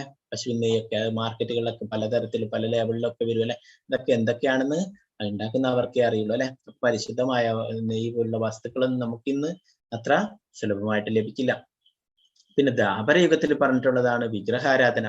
വലിയ വലിയ ക്ഷേത്രങ്ങൾ, രാജാക്കന്മാരൊക്കെ വലിയ വലിയ ക്ഷേത്രങ്ങളൊക്കെ നിർമ്മിച്ചിട്ട് വിഗ്രഹാരാധനയൊക്കെ ചെയ്തിരുന്നു. നമുക്ക് അറിയാം അല്ലെ. ഇപ്പോഴേ അതൊന്നും അത്ര വലിയ ക്ഷേത്രങ്ങൾ നിർമ്മിക്കുക, പിന്നെന്താണ് എല്ലാവരും ജോലിയും അങ്ങനെ ആയിട്ടുള്ള കാര്യങ്ങളിലൊക്കെ ബിസിയാണല്ലേ. അപ്പൊ ഇങ്ങനെയുള്ള വിഗ്രഹാരാധനകൾ ചെയ്യലും ഒക്കെ വളരെ പ്രയാസമാണ്. അപ്പോ ഈ കലിയുഗത്തിൽ പറഞ്ഞിട്ടുള്ളതാണ് യുഗധർമ്മം എന്താണ് ഹരിനാമ സങ്കീർത്തനം. കലിയുഗത്തില് ആയുസ് വളരെ കുറവാണ് അല്ലെ. നമുക്കറിയാം ഇപ്പോഴൊക്കെ എന്താണ് എത്രയാണ് ആയുസ്സെന്ന് നമുക്ക് പറയാൻ സാധിക്കില്ല. നമ്മുടെ മുത്തശ്ശന്മാരൊക്കെ 100-120 വർഷങ്ങളൊക്കെ ജീവിച്ചിരുന്നല്ലേ. ഇപ്പൊ എത്രയാണെന്ന് പറയാൻ പറ്റില്ല അല്ലെ. 60, 50 അങ്ങനെ കുറഞ്ഞു വരികയാണ് അല്ലെ. നമ്മൾ ചെയ്യുന്ന പാപത്തിനനുസരിച്ചിട്ട് നമുക്ക് എന്താണ് പലതരത്തിലുള്ള വിഷമങ്ങളും ഒക്കെ വരുന്നല്ലേ. അപ്പോ അങ്ങനെ പലരും എന്താണ് ചെറിയ പ്രായത്തിൽ തന്നെ ആൾക്കാരൊക്കെ മരിച്ചു പോകുന്നല്ലേ. അപ്പോ കലിയുഗത്തില് അങ്ങനെ എന്താണ് എത്രയാണ് ആയുസ്സും തന്നെ നമുക്ക് പറയാൻ സാധിക്കില്ല അല്ലെ. പരീക്ഷിത് മഹാരാജാവിന് 7 ദിവസം ഉണ്ടായിരുന്നു. ദശകൻ മരിച്ചു മടിക്കുന്ന അറിയാമായിരുന്നു അല്ലെ. നമുക്ക് എത്ര ദിവസം ഉണ്ടെന്ന് നമുക്കറിയില്ല. അടുത്ത നിമിഷം നമ്മൾ ഉണ്ടാവുന്നത് തന്നെ നമുക്കറിയില്ല അല്ലെ. അപ്പൊ അത്രയുമാണ് കലിയുഗത്തിലെ ആയുർദൈർഘ്യം അത്രയും കുറവാണ് അല്ലെ. അപ്പൊ കലിയുഗത്തിൽ ഇതൊന്നും ചെയ്യല് സാധ്യമല്ല. ധ്യാനം ചെയ്യല്, ആയിരക്കണക്കിന് വർഷങ്ങൾ ധ്യാനം ചെയ്യല്, പിന്നെ യജ്ഞങ്ങൾ ചെയ്യല്, അതിന് എന്താണ് നല്ല പൂജാ വസ്തുക്കളൊക്കെ ലഭിക്കല് വളരെ പ്രയാസമാണ്. പിന്നെ ദ്വാപരയുഗത്തിൽ നടത്തിയ പോലെ വിഗ്രഹാരാധന നടത്തലും ഒക്കെ പ്രയാസമാണ്. എന്നാലും വിഗ്രഹാരാധനയും നടത്തുന്നുണ്ട്. അതിന്റെ കൂടെ തന്നെ നാമജപത്തിന്റെ കൂടെ തന്നെ വിഗ്രഹാരാധനയൊക്കെ നടത്തുന്നുണ്ട്. എന്നാലും വലിയ വലിയ ക്ഷേത്രങ്ങളൊക്കെ നിർമ്മിക്കുകയൊക്കെ ഈ കലിയുഗത്തിൽ പറ്റാത്തതാണ് അല്ലെ. അപ്പൊ കലിയുഗത്തിൽ പറഞ്ഞിട്ടുള്ളതാണ് ഹരിനാമ സങ്കീർത്തനം, ഭഗവാന്റെ തിരുനാമം ജപിക്കല്. ആ ബൃഹത് നാരദീയ പുരാണത്തിൽ പറയുന്നു, ഹരേർ നാമ ഹരേർ നാമ ഹരേർ നാമൈവ കേവലം കലോ നാസ്തേവ നാസ്തേവ നാസ്തേവ ഗതിരന്യത. ഈ കലിയുഗത്തില് വേറെ യാതൊരു വഴിയുമില്ല. ഒന്നേ ഒരു മാർഗം മാത്രമേ ഉള്ളൂ. എന്താണ്? ഹരിയുടെ നാമം ജപിക്കുക, ഭഗവാന്റെ തിരുനാമം ജപിക്കുക, ഭഗവാന്റെ തിരുനാമം ജപിക്കുക, ഭഗവാന്റെ തിരുനാമം ജപിക്കുക എന്ന് 3 വട്ടം പറയുന്നു. ഒരേ കാര്യം തന്നെ വീണ്ടും വീണ്ടും പറയുമ്പോ എന്താണ്? അത് മാത്രമേ ഉള്ളൂ. വേറെ യാതൊന്നും ഈ കലിയുഗത്തില് വഴിയില്ല, വേറെ യാതൊരു വഴിയുമില്ലെന്ന് പറയുന്നു. ഇപ്പോ അകർമ്മത്തെ കുറിച്ച് പറയുന്നു. അകർമ്മം എന്ന് പറയുന്നത് ഭക്തിയുത സേവനങ്ങളാണ്. ഭഗവാന് വേണ്ടിയിട്ടുള്ള ചെയ്യുന്ന കർമ്മങ്ങൾ, അതിന് യാതൊരു കർമ്മഫലങ്ങളുമില്ല. അപ്പൊ അതിനെ അകർമ്മം എന്ന് പറയുന്നു. അകർമ്മം എന്ന് പറഞ്ഞു കഴിഞ്ഞാല് യാതൊരു കർമ്മഫലങ്ങളും ഇല്ലാത്തത്, ഭഗവാന് വേണ്ടിയിട്ട് ചെയ്യുന്നത്, ഭഗവാനെ സംതൃപ്തനാക്കാൻ വേണ്ടിയിട്ട് ചെയ്യുന്ന ഭക്തിയുത സേവനങ്ങൾ, അതാണ് അകർമ്മം എന്ന് പറയുന്നത്. അപ്പോ എന്താണ് നേരത്തെ പറഞ്ഞു വികർമ്മം അല്ലെ, അതെന്താണ് ശാസ്ത്രത്തിന് വിരുദ്ധമായിട്ടുള്ളത്, ശാസ്ത്രങ്ങൾ പറയാത്ത രീതിയിലുള്ള കാര്യങ്ങൾ ചെയ്യുന്നത് അല്ലെ, അതിന്റെ ഫലം പാപഫലങ്ങൾ അനുഭവിക്കേണ്ടി വരും അല്ലെ. നേരത്തെ പറഞ്ഞു കർമ്മം അല്ലെ, കർമ്മം അത് നമ്മള് ഭഗവാനെ സമർപ്പിച്ച് ചെയ്യുന്നില്ലെങ്കിൽ എന്താണ് അതിന്റെ കർമ്മഫലങ്ങള് നമ്മള് അനുഭവിക്കേണ്ടി വരും അല്ലെ. അപ്പൊ നമ്മൾ ഭഗവത്ഗീതയിൽ ആദ്യം 5 കാര്യങ്ങൾ ചർച്ച ചെയ്യുന്നതിനെ കുറിച്ച് പഠിച്ചു അല്ലെ. അപ്പൊ അതിലെന്താണ് ഈശ്വരൻ, ജീവാത്മാവ്, ഭൗതിക പ്രകൃതി, കാലം, കർമ്മം. അപ്പൊ ആദ്യം പറഞ്ഞ ഈ 4 കാര്യങ്ങളും നമുക്ക് മാറ്റാൻ സാധിക്കാത്തതാ, അത് നമുക്കൊന്നും ചെയ്യാൻ പറ്റില്ല. എന്നാൽ അവസാനം 5ാമത്തെ കാര്യമാണ് കർമ്മം, അത് നമ്മൾ ചെയ്യുന്നതാ, അത് അതിൽ നമുക്കൊന്ന് മാറ്റം വരുത്താൻ സാധിക്കും. കർമ്മങ്ങളൊക്കെ നമ്മൾ ഭഗവാന് വേണ്ടി സമർപ്പിക്കുകയാണെങ്കിൽ അതിൽ നിന്ന് പാപഫലങ്ങളൊക്കെ ഉണ്ടാവില്ല എന്ന് നമ്മൾ നേരത്തെ പഠിച്ചു അല്ലെ. അപ്പൊ അതിനെ നമുക്ക് മാറ്റാൻ സാധിക്കും. അപ്പൊ ഇവിടെ ശ്രീമദ് ഭാഗവതത്തില് പറയുന്നുണ്ട് എന്താണ് ഭഗവാന്റെ തിരുനാമം ജപിക്കുന്നതിനെ കുറിച്ചിട്ട് ശ്രീമദ് ഭാഗവതം പറയുന്നു. 11:5-32 പറയുന്നുണ്ട്. കൃഷ്ണവർണം ദിശാകൃഷ്ണം സാങ്കോപാങ്കാസ്ത്രപാർഷദം യജ്ഞേ സങ്കീർത്തനപ്രായേർ യജന്തിഹി സുമേധസ. ചൈതന്യ മഹാപ്രഭുവിന്റെ അവതാരത്തെ കുറിച്ച് പറയുന്നതാണ്. ശ്രീമദ് ഭാഗവതത്തിലെ 11ാം സ്കന്ധം 5ാം അധ്യായം 32ാമത്തെ ശ്ലോകത്തില് പറയുന്നു. എന്താണ് ശ്രീകൃഷ്ണ ഭഗവാൻ തന്നെ, എന്നാലേ കൃഷ്ണ വർണ്ണത്തിലല്ല, എന്താണ് കർമ്മേഘത്തിന്റെ നിറത്തിലല്ല, എന്താണ് സുവർണവർണ്ണത്തിൽ, എന്താണ് ആ സ്വർണ്ണ നിറത്തില് അവതരിച്ചിരിക്കുന്നു ചൈതന്യ മഹാപ്രഭുവായിട്ട്. യജ്ഞേ സങ്കീർത്തനപ്രായ യജന്തിഹി സുമേധസ. ഈ എന്താണ് യുഗധർമ്മം സങ്കീർത്തനം, സങ്കീർത്തന നാമസങ്കീർത്തന യുഗധർമ്മമായിട്ടുള്ള ഈ കലിയുഗത്തിലെ അവതരിച്ചിരിക്കുന്നു. അതിനെ ആ ചൈതന്യ മഹാപ്രഭുവിന്റെ ഉപദേശങ്ങൾ സ്വീകരിച്ച ആ പാതകളെ പിന്തുടരുന്നവരാരൊക്കെയാണ്? യജന്തിഹി സുമേധസ എന്ന് പറഞ്ഞു. ഏറ്റവും ഉയർന്ന ബുദ്ധിമാന്മാർ ആ വഴി സ്വീകരിക്കുന്നു എന്ന് പറയുന്നു. ചൈതന്യ മഹാപ്രഭു സാക്ഷാൽ കൃഷ്ണൻ തന്നെയാണ്. അതിനെക്കുറിച്ച് പ്രതിപാദിക്കുന്നു ശ്രീമദ് ഭാഗവതത്തില്, അതിനെക്കുറിച്ച് പറയുന്നുണ്ട്.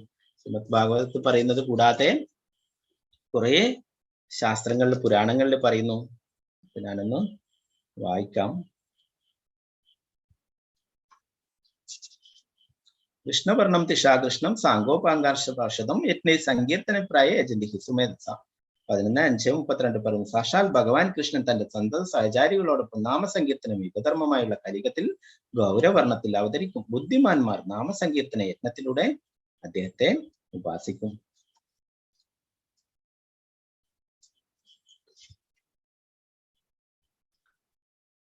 ബ്രഹ്മപുരാണത്തിൽ പറയുന്നു. കലേ പ്രഥമ സന്ധ്യായാം ലക്ഷ്മീകാന്തോ ഭവിഷ്യതി ദാരുബ്രഹ്മ സമീപസ്ഥ സന്യാസി ഗൗരവിഗ്രഹ. കലിയുഗത്തിൽ പ്രഥമ സന്ധ്യയിൽ ലക്ഷ്മീകാന്തനായ ഭഗവാൻ സുവർണശോഭയോടെ അവതരിക്കും. സന്യാസധർമ്മം സ്വീകരിച്ച് അവിടുന്ന് ജഗന്നാഥപുരിയിൽ, ജഗന്നാഥ വിഗ്രഹം മരത്തിൽ തീർത്തിട്ടുള്ളതാണ്, അതുകൊണ്ട് ജഗന്നാഥ സ്വാമിയുടെ മറ്റൊരു പേരാണ് ദാരുബ്രഹ്മം എന്നത് വിരാജിച്ചരുളും. ശ്രീ ചൈതന്യ മഹാപ്രഭു തന്റെ ഇഹലോക ലീലകളിൽ ഏറിയ പങ്ക് നിർവഹിച്ചത് പുരിയിലായിരുന്നു. നേരത്തെ നമ്മൾ ജഗന്നാഥ ഭഗവാന്റെ വിഗ്രഹം കണ്ടല്ലേ, അതിനെ ദാരുബ്രഹ്മൻ എന്ന് പറയും. ആ ജഗന്നാഥപുരിയുടെ അടുത്തായിട്ടാണ് ഏറെക്കാലം ചൈതന്യ മഹാപ്രഭു ഉണ്ടായിരുന്നത്. പിന്നെ പത്മപുരാണത്തിൽ പറയുന്നു. കലേ പ്രഥമ സന്ധ്യായാം ഗൗരംഗാക്യാം മഹീതലേ ഭാഗീരഥി തടേ രമ്യേ ഭവിഷ്യാമി സനാതന. സനാതനായ ഭഗവാൻ കലിയുഗത്തിന്റെ പ്രഥമ സന്ധ്യയിൽ ഗൗരംഗൻ എന്ന നാമധേയത്തിൽ ഗംഗാതീരത്തിൽ മഹീതലവാസികൾക്കെല്ലാം ആനന്ദമരുളിക്കൊണ്ട് വിജയം ചെയ്യും. ഗരുഡ പുരാണം പറയുന്നു. ശുദ്ധ ഗൗര സുദീർഘാംഗേ ഗംഗാതീര സമുദ്ഭവ ദയാലു കീർത്തനാഗ്രാഹി ഭവിഷ്യാമി കലോയുഗേ. പരിശുദ്ധമായ ഗൗരവർണ്ണത്തോടു കൂടിയും ചുട്ടുപഴുത്ത സ്വർണത്തിന്റെ നിറം സുദീർഘമായ ശരീര ആകാരങ്ങളോടുകൂടിയും അത്യന്തം ദയാലുവായ ഭഗവാൻ നാമസങ്കീർത്തന പ്രചരണാർത്ഥം കലിയുഗത്തിൽ അവതരിക്കും. കൂർമ്മപുരാണം പറയുന്നു, കലീനാദഹ്യമാണാനാം മുദാരായ തനുഭൃതാം ജന്മപ്രഥമ സദ്യായാം കരിഷ്യാമി ദി ജാതിഷു. കലിയുഗത്തിന്റെ പ്രഥമ സന്ധ്യാഘട്ടത്തിൽ ദ്വിജകുലത്തിൽ അവതാരം പൂണ്ട് അതികാരുണ്യവാനായ ഭഗവാൻ കലികൽമഷങ്ങളെ ഉന്മൂലനം ചെയ്യും. ശ്രീ പത്മനാഭസ്വാമി ക്ഷേത്രത്തെ പറ്റി പ്രതിപാദിച്ചിട്ടുള്ളത് കൂർമ്മപുരാണത്തിലാണ്. ദേവി പുരാണത്തിൽ പറയുന്നു, കരിഷ്യതി കലേ സന്ധ്യാം ഭഗവാൻ ഭൂതഭാവന ദ്വിജാദീനാം പുരുഷോത്തമ. കലിയുഗ സന്ധിയിൽ ജീവരാശികളിൽ കരുണ പൂണ്ട് ഭഗവാൻ പുരുഷോത്തമൻ ദ്വിജകുലത്തിൽ ജന്മമെടുത്ത് ജനങ്ങളെ ഉദ്ധരിക്കും.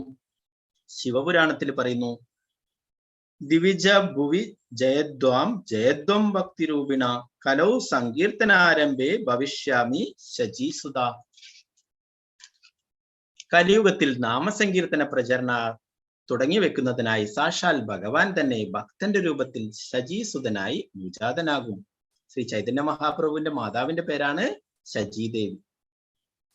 വാമനപുരാണം പറയുന്നു, കലിഘോര തമശ്ചന്നാൻ സർവാൻ ആചാര പരിചിതാൻ ഗർഭേ സ്വയംഭൂയ താരയിഷ്യാമി നാരദ.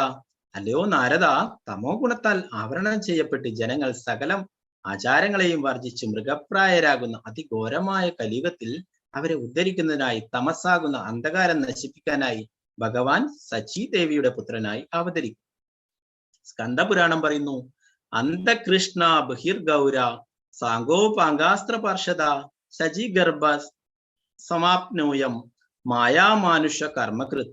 ബാഹ്യമായി സുവർണവർണ്ണമെങ്കിലും ആന്തരികമായി സർവേശ്വരനായ കൃഷ്ണനായിരിക്കുന്ന ഭഗവാൻ ഗൗരംഗൻ ശ്രീ ചൈതന്യ മഹാപ്രഭു ശചീസുതനായി അവതരിക്കും. തന്റെ സന്തത സഹചാരികളായ അംഗങ്ങളോടുകൂടി ഭഗവാൻ അതിമാനുഷ്യ കൃത്യങ്ങൾ ചെയ്ത് ദിവ്യലീലകൾ പ്രദർശിപ്പിക്കും. മഹാഭാരതത്തിൽ പറയുന്നു, സുവർണ വർണ്ണ ഹേമാങ്കോ വരാംഗശന്തനാംഗതി സന്യാസകൃത്സമ ശാന്തോ നിഷ്ഠശാന്തി പരായണ. സുവർണവർണ്ണത്തോടു കൂടിയും സർവാംഗം ഗന്ധലേപിതനായും സന്യാസധർമ്മം ഭരിച്ച് ക്ഷമാശീലനായും ശാന്തനായും വിരാജിച്ചരുളുന്ന ഭഗവാനെ ശാന്തിപരായണന്മാരായ ഭക്തന്മാർ ഉപാസിക്കുന്നു. ഈ വരികൾ നമ്മൾ വിഷ്ണു സഹസ്രനാമത്തിൽ ചൊല്ലുന്നതാണ്. അല്ലെ, സന്യാസവേഷമായിട്ട് ഭഗവാൻ അവതരിച്ചിട്ടുള്ളത് ചൈതന്യ മഹാപ്രഭുവായിട്ട് മാത്രമാണ്, ഗൗരംഗനായിട്ട് മാത്രമാണ്. വേറെ യാതൊരു അവതാരത്തിലും സന്യാസിയായിട്ട് വന്നിട്ടില്ല. വായുപുരാണം പറയുന്നു, അഹമേവ ക്വചിത് ബ്രഹ്മൻ സന്യാസ ആശ്രമം ആശ്രിത ഹരിഭക്തി ഗ്രാഹയാമി കലോ പാപ ഹതാന്നാരൻ. കലിയുഗത്തിൽ സന്യാസാശ്രമം സ്വീകരിച്ച് ഹരിഭക്തി പ്രകടിപ്പിച്ചുകൊണ്ട് ജനങ്ങളുടെ പാപങ്ങളെ അകറ്റുന്നതിനായി പരബ്രഹ്മനായ ഭഗവാൻ അവതരിക്കും. നരസിംഹപുരാണം പറയുന്നു, സത്യേ ദൈത്യ കുലാദിനാശന സമയേ പൃജഗ്ന കേസരി ത്രേതായാം ദശസ്കന്ദരം പരീഭവൻ രാമാദിനാമാകൃതി ഗോപാലം പരിപാലയൻ വ്രജപുരേ ഭാരം ഹരൻ ദ്വാപരെ ഗൗരംഗേ പ്രിയ കീർത്തനെ കലിയുഗേ ചൈതന്യ ആഹരി. സത്യയുഗത്തിൽ അസുരകുലനാശനത്തിനായി തിളങ്ങുന്ന നഖങ്ങളോടുകൂടിയ നരസിംഹമായും, ത്രേതായുഗത്തിൽ ദശരഥ മഹാരാജാവിന്റെ പുത്രനായ ശ്രീരാമനായും, ദ്വാപരയുഗത്തിൽ വ്രജപുരത്തിന്റെ ഭാരം നശിപ്പിച്ച് ഗോപന്മാരെ പരിപാലിച്ച് ശ്രീകൃഷ്ണനായും വന്ന അതേ ഭഗവാൻ തന്നെ കലിയുഗത്തിൽ ചൈതന്യൻ എന്ന നാമധേയത്താൽ സങ്കീർത്തന പ്രിയനായ ഗൗരംഗനായി ഭൂമിയിൽ അവതരിക്കും. ഗൗരംഗ മഹാപ്രഭു കീ ജയ്. അപ്പോ ആരാണ് ചൈതന്യ മഹാപ്രഭു? ആരാണ്? സാക്ഷാൽ കൃഷ്ണൻ തന്നെയാണ്. ഈ ശാസ്ത്രങ്ങളിലൊക്കെ പറയുന്നത്. ഇത് കൂടാതെ കുറെ ശാസ്ത്രങ്ങളിൽ വേറെയും പറയുന്നുണ്ട്. അപ്പോ അതൊക്കെ ഉണ്ട്. അപ്പൊ സമയക്കുറവ് കൊണ്ട് അതൊന്നും പറയുന്നില്ല. അപ്പൊ എല്ലാ ശാസ്ത്രങ്ങളിലും പറയുന്നു കൃഷ്ണനാണ് ചൈതന്യ മഹാപ്രഭുവായിട്ട് അവതരിച്ചിട്ടുള്ളത്. അല്ലെ, നമ്മൾ സപ്താഹങ്ങളിലൊന്നും ഇത് കൂടുതൽ കേട്ടിട്ടുണ്ടാവില്ല. ശ്രീമദ് ഭാഗവത്തിൽ 11:5:32 പറയുന്നുണ്ട് കൃഷ്ണൻ തന്നെയാണ്.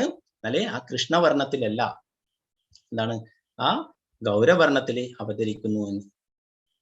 അപ്പോ ആരാണ് ചൈതന്യ മഹാപ്രഭു? സാക്ഷാൽ കൃഷ്ണൻ തന്നെ. അല്ലെ, അപ്പൊ നമ്മള് ആ കലിയുഗത്തില് ഭഗവാന്റെ തിരുനാമം ജപിക്കാൻ വേണ്ടിയിട്ട് ഭഗവാൻ തന്നെ സ്വയം വന്നു. ഭഗവത്ഗീതയിൽ കുറെ ഉപദേശങ്ങളൊക്കെ നമുക്ക് തരുന്നുണ്ട്. അല്ലെ, എന്നാൽ അത് ആരും ജീവിതത്തിൽ പാലിക്കുന്നില്ല. അപ്പൊ സ്വയം അത് ചെയ്ത് കാണിക്കാൻ വേണ്ടിയിട്ട് ഭക്ത അവതാരമായിട്ട്, ഒരു ഭക്തനായിട്ട് ഭഗവാൻ തന്നെ അവതരിച്ചു. ഒരു ഭക്തന്റെ രൂപത്തിൽ വന്നു. എങ്ങനെയാണ് ഭക്തി സേവനങ്ങൾ ചെയ്യേണ്ടതെന്ന് നമുക്കൊക്കെ കാണിച്ചു തരാൻ വേണ്ടിയിട്ട്. അതാണ് ചൈതന്യ മഹാപ്രഭു. ആ ചൈതന്യ മഹാപ്രഭുവിന്റെ പ്രസ്ഥാനമാണ് ഈ നാമസങ്കീർത്തന പ്രസ്ഥാനം.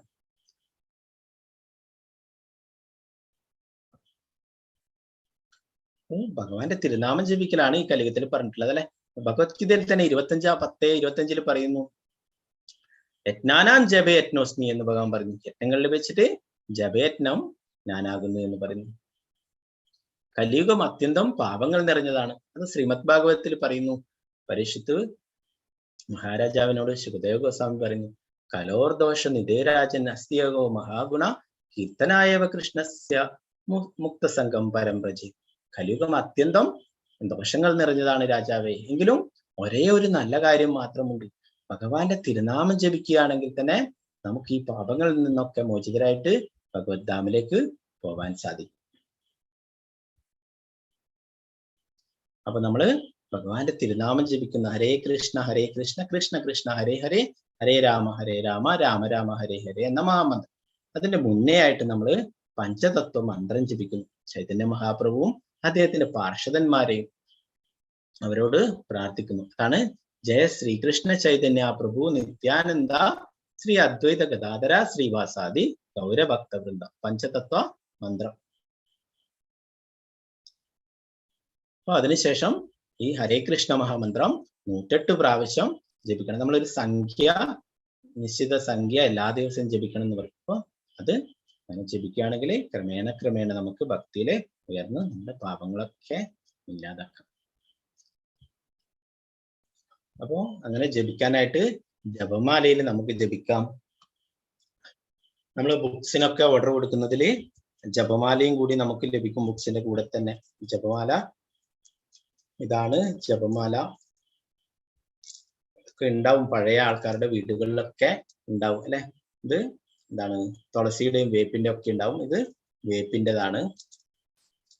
108 മുത്തുകളാണ് ഉണ്ടാവുക. അപ്പൊ അതില് 108 + 1 ഉണ്ടാവും. അത് മേരുമുത്ത് എന്ന് പറയും. അതിനുശേഷമുള്ള ഓരോരോ മുത്തുകളിൽ നിന്നാണ് നമ്മൾ തുടങ്ങുക. നമ്മുടെ ഉള്ളിലേക്ക് വലിക്കുന്ന വിധത്തിലാണ് ജപിക്കേണ്ടത്. ഹരേ കൃഷ്ണ കൃഷ്ണ കൃഷ്ണ ഹരേ ഹരേ, ഹരേ രാമ രാമ രാമ ഹരേ ഹരേ. അങ്ങനെ ഓരോരോ മുത്തുകളായിട്ട് ഹരേ കൃഷ്ണ കൃഷ്ണ കൃഷ്ണ ഹരേ ഹരേ, ഹരേ രാമ രാമ രാമ ഹരേ ഹരേ എന്ന് ജപിച്ചിട്ട് 108 മുത്തുകൾ ജപിക്കണം. അപ്പൊ ഈ വിരൽ നമ്മൾ അങ്ങനെ ഉപയോഗിക്കില്ല, മാലയെ ടച്ച് ചെയ്യില്ല അല്ലെ. നമ്മൾ ഓരോ പൂജകളൊക്കെ ചെയ്യുമ്പോൾ, പുഷ്പാർച്ചനയൊക്കെ ചെയ്യുമ്പോൾ ഈ വിരൽ അങ്ങനെ ഉപയോഗിക്കില്ല അല്ലെ. ഇത് ചൂണ്ട് വിരൽ. ഇതങ്ങനെ നല്ല കാര്യങ്ങൾക്കൊന്നും ഉപയോഗിക്കില്ല എന്ന് പറയും. അപ്പൊ അത് അങ്ങനെ നമുക്ക് ആ വിരൽ ഉപയോഗിക്കാതെ ജപിക്കാം. അതിന് വേണ്ടിയിട്ട് ഒരു ബാഗ് ഉണ്ട്. ഈ മാല വലുതാണ്, അപ്പോൾ അതിങ്ങനെ തറയിലൊക്കെ തട്ടും. അതിന് വേണ്ടിയിട്ട് ആ മാല ഈ ബാഗിലിട്ടിട്ട് നമുക്ക് ജപിക്കാൻ സാധിക്കും. അതില് ഈ വിരല് പുറത്തേക്ക് ഇടാൻ വേണ്ടിയിട്ട് ഈ ചൂണ്ട വിരല് പുറത്ത് വരുന്ന വിധത്തിൽ ഒരു ദ്വാരമുണ്ട്. അതിലൂടെ പുറത്തേക്കിടാം, നമുക്ക് ജപിക്കാൻ സാധിക്കും. അപ്പൊ ഈ ജപമാല നിങ്ങൾക്ക് ബുക്സിന്റെ കൂടെ കിട്ടും. അതുകൂടാതെ ജപമാലയും ജപസഞ്ചിയുമായിട്ടും സെപ്പറേറ്റ് കിട്ടും. അത് വേണ്ടുന്നവര് അതിന്റെ ലിങ്ക് ഇട്ടുതരും. അന്നേരം നിങ്ങൾക്ക് അത് ഓർഡർ ചെയ്യാം. അപ്പൊ ഒറ്റയ്ക്ക് ഇരുന്നിട്ട് ജപിക്കാം. പിന്നെ സങ്കീർത്തനമായിട്ട് ചൊല്ലാം, നഗര സങ്കീർത്തനമായിട്ട് കൂട്ടത്തോടെ ചൊല്ലാം. അപ്പൊ കുറച്ച് ശ്ലോകങ്ങളുണ്ട്, ഞാൻ വേഗത്തിൽ പോവാം. തസ്മാദസക്ത സതതം കാര്യം കർമ്മ സമാചര, അസക്തോ ഹ്യാചരൻ കർമ്മ പരമാപ്നോതി പുരുഷ. അതുകൊണ്ട് കർമ്മഫലാംശ കൂടാതെ കടമ എന്ന നിലയ്ക്ക് കർത്തവ്യം നിറവേറ്റുക. നിഷ്കാമ പ്രവർത്തനം ഭക്തനെ പരമപദത്തിലെത്തിക്കും. യദ്യാചരതി ശ്രേഷ്ഠാസ്തദ്ദേവ തരോജന സയത് പ്രമാണം കുരുതേ ലോകസ്തനുവർത്തതേ. ഒരു ശ്രേഷ്ഠനായ വ്യക്തി എന്ത് തന്നെ ചെയ്താലും സാധാരണ ജനങ്ങൾ അദ്ദേഹത്തെ അനുകരിക്കുന്നു. മാതൃകാപരങ്ങളായ പ്രവൃത്തികളിൽ അദ്ദേഹം സ്വീകരിക്കുന്ന മാനദണ്ഡങ്ങളെ ലോകമൊട്ടാകെ ആദരിക്കുന്നു. അപ്പൊ ഒരു ശ്രേഷ്ഠനായ വ്യക്തി എന്താണ് ചെയ്യുന്നത്, അതിനെ മറ്റുള്ള ആൾക്കാരും എന്താണ് പിന്തുടരുന്നത് അല്ലെ. അത് മറ്റുള്ളവർ സ്വീകരിക്കുന്നു അല്ലെ. അപ്പൊ അർജുനൻ ഇവിടെ യുദ്ധത്തിൽ തോറ്റോടുകയാണെങ്കിൽ എന്താണ്, അതിൽ നിന്ന് പിന്മാറുകയാണെങ്കിൽ മറ്റുള്ളവരും പിന്മാറും അല്ലെ. അപ്പൊ ഒരു ശ്രേഷ്ഠനായ വ്യക്തി എന്താണ് ചെയ്യുന്നത്, യുദ്ധം ചെയ്ത് കാണിച്ചു കൊടുക്കേണ്ടവര് അല്ലെ, ക്ഷത്രിയൻ. എന്നാലേ പിന്തുടരുന്ന മറ്റുള്ളവരും അത് ചെയ്യുകയുള്ളൂ അല്ലെ. പ്രഭാതരം കൃഷ്ണാബോധം പ്രചരിപ്പിക്കാൻ വേണ്ടിയിട്ട് അമേരിക്കയിലൊക്കെ പോയി അല്ലെ. അപ്പൊ ആൾക്കാർക്കൊക്കെ മനസ്സിലായി നമ്മുടെ എന്താണ് ഇന്ത്യക്കാരെ പോലെ എന്താണ്, പ്രത്യേകിച്ച് കേരളത്തിലെ ആളെ പോലെ ഒന്നും കണ്ണും അടച്ച് വിശ്വസിക്കുന്നവരല്ല അവരൊക്കെ അല്ലെ. അവരൊക്കെ അതിലെന്താണ് ആ സത്യമുണ്ട്, ഇതാണ് യഥാർത്ഥമായിട്ടുള്ള കാര്യം എന്ന് മനസ്സിലാക്കിയിട്ടാണ് അവരൊക്കെ അത് പിന്തുടരുന്നത്.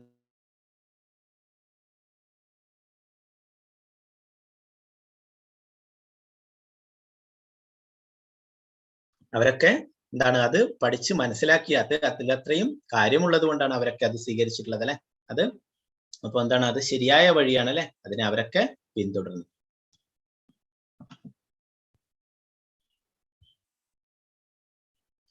നമേ പാർത്ഥാസ്തി കർത്തവ്യം ത്രിഷു ലോകേഷു കിഞ്ചന ജ്ഞാനവാപ്തമവാപ്തവ്യം വർത്തയേവ ച കർമ്മണി.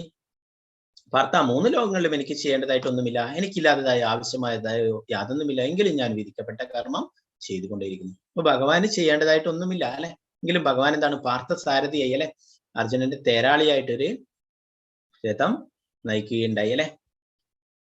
ന ബുദ്ധി ഭേദം ജനേയേതാ ജ്ഞാനാം കർമ്മ സംഗിനാം ജോഷയേത് സർവകർമ്മണി വിദ്വാൻയുക്ത സമാചരൻ. വിധിക്കപ്പെട്ട കർമ്മങ്ങളുടെ ഫലത്തിൽ ആസക്തിയുള്ള അജ്ഞരായ ആളുകളെ വിദ്വാൻമാർ കർമ്മം ചെയ്യുന്നതിൽ നിന്ന് വിലക്കരുത്.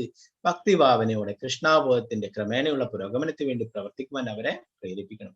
അപ്പൊ ഒരാള് കർമ്മം ചെയ്യുന്നതിൽ നിന്ന് ഒരു ജ്ഞാനിയായിട്ടുള്ള ആളെന്താണെന്ന് വിദ്വാൻമാര് അതിൽ നിന്ന് അയാളെ പിന്തിരിപ്പിക്കുകയല്ല വേണ്ടത് അല്ലെ. അയാൾ ചെയ്യുന്ന കർമ്മം അത് ഭഗവാനെ സമർപ്പിച്ചുകൊണ്ട് ചെയ്യാൻ പഠിപ്പിക്കണം അല്ലെ. അതിന്റെ ഫലങ്ങളൊക്കെ എന്താണ്, കൃഷി ചെയ്ത് കഴിഞ്ഞാൽ അതിന്റെ എന്താണ് റിസൾട്ട് ഉണ്ടായി കഴിഞ്ഞാൽ അത് ആദ്യം ഭഗവാനെ സമർപ്പിച്ചിട്ട് അത് സ്വീകരിക്കണം അല്ലെ. പ്രകൃതേ ക്രിയമാണാനി ഗുണൈ കർമാണി സർവശ അഹങ്കാര വിമൂഢാത്മാ കർത്താഹമിതി മന്യതേ. നിത്യഹങ്കാരത്തിന്റെ പ്രഭാവത്താൽ മോഹിതനായ ജീവാത്മാവ് താനാണ് കർമ്മങ്ങൾ ചെയ്യുന്നതെന്ന് ചിന്തിക്കുന്നു. വാസ്തവത്തിൽ പ്രകൃതിയുടെ 3 ഗുണങ്ങളാണ് അവ നിർവഹിക്കുന്നത്. അപ്പൊ എന്താണ് പറയുന്നത്, നമ്മുടെ നിത്യഹങ്കാരം കൊണ്ട് നമ്മളാണ് എല്ലാം ചെയ്യുന്നതെന്ന് വിചാരിക്കുന്നു അല്ലെ. എന്നാൽ യഥാർത്ഥത്തിൽ എന്താണ്, പ്രകൃതിയിലെ 3 ഗുണങ്ങൾ സത്വഗുണം, രജോ ഗുണം, തമോ ഗുണം എന്നിങ്ങനെ 3 ഗുണങ്ങളുണ്ട്. സത്വഗുണം, രജോ ഗുണം, തമോ ഗുണം. ഇതിനെ കുറിച്ചിട്ട് ഒരു അധ്യായം തന്നെയുണ്ട്, 14ാമത്തെ അധ്യായം ഈ 3 ഗുണങ്ങളെ കുറിച്ച് പറയുന്നത്. അപ്പൊ നമുക്ക് കൂടുതൽ അത് അധ്യായത്തിൽ പഠിക്കാം. അപ്പൊ ഈ 3 ഗുണങ്ങളാണ് നമ്മളെ സ്വാധീനിക്കുന്നത്, അതിനനുസരിച്ചിട്ടാണ് നമ്മൾ പ്രവർത്തിക്കുന്നത്. അപ്പൊ ഭഗവാനെ ഈ ഗുണങ്ങളൊന്നും ബാധിക്കില്ല, ഭഗവാൻ ഇതിനും ഉപരിയായിട്ടുള്ളതാണ്.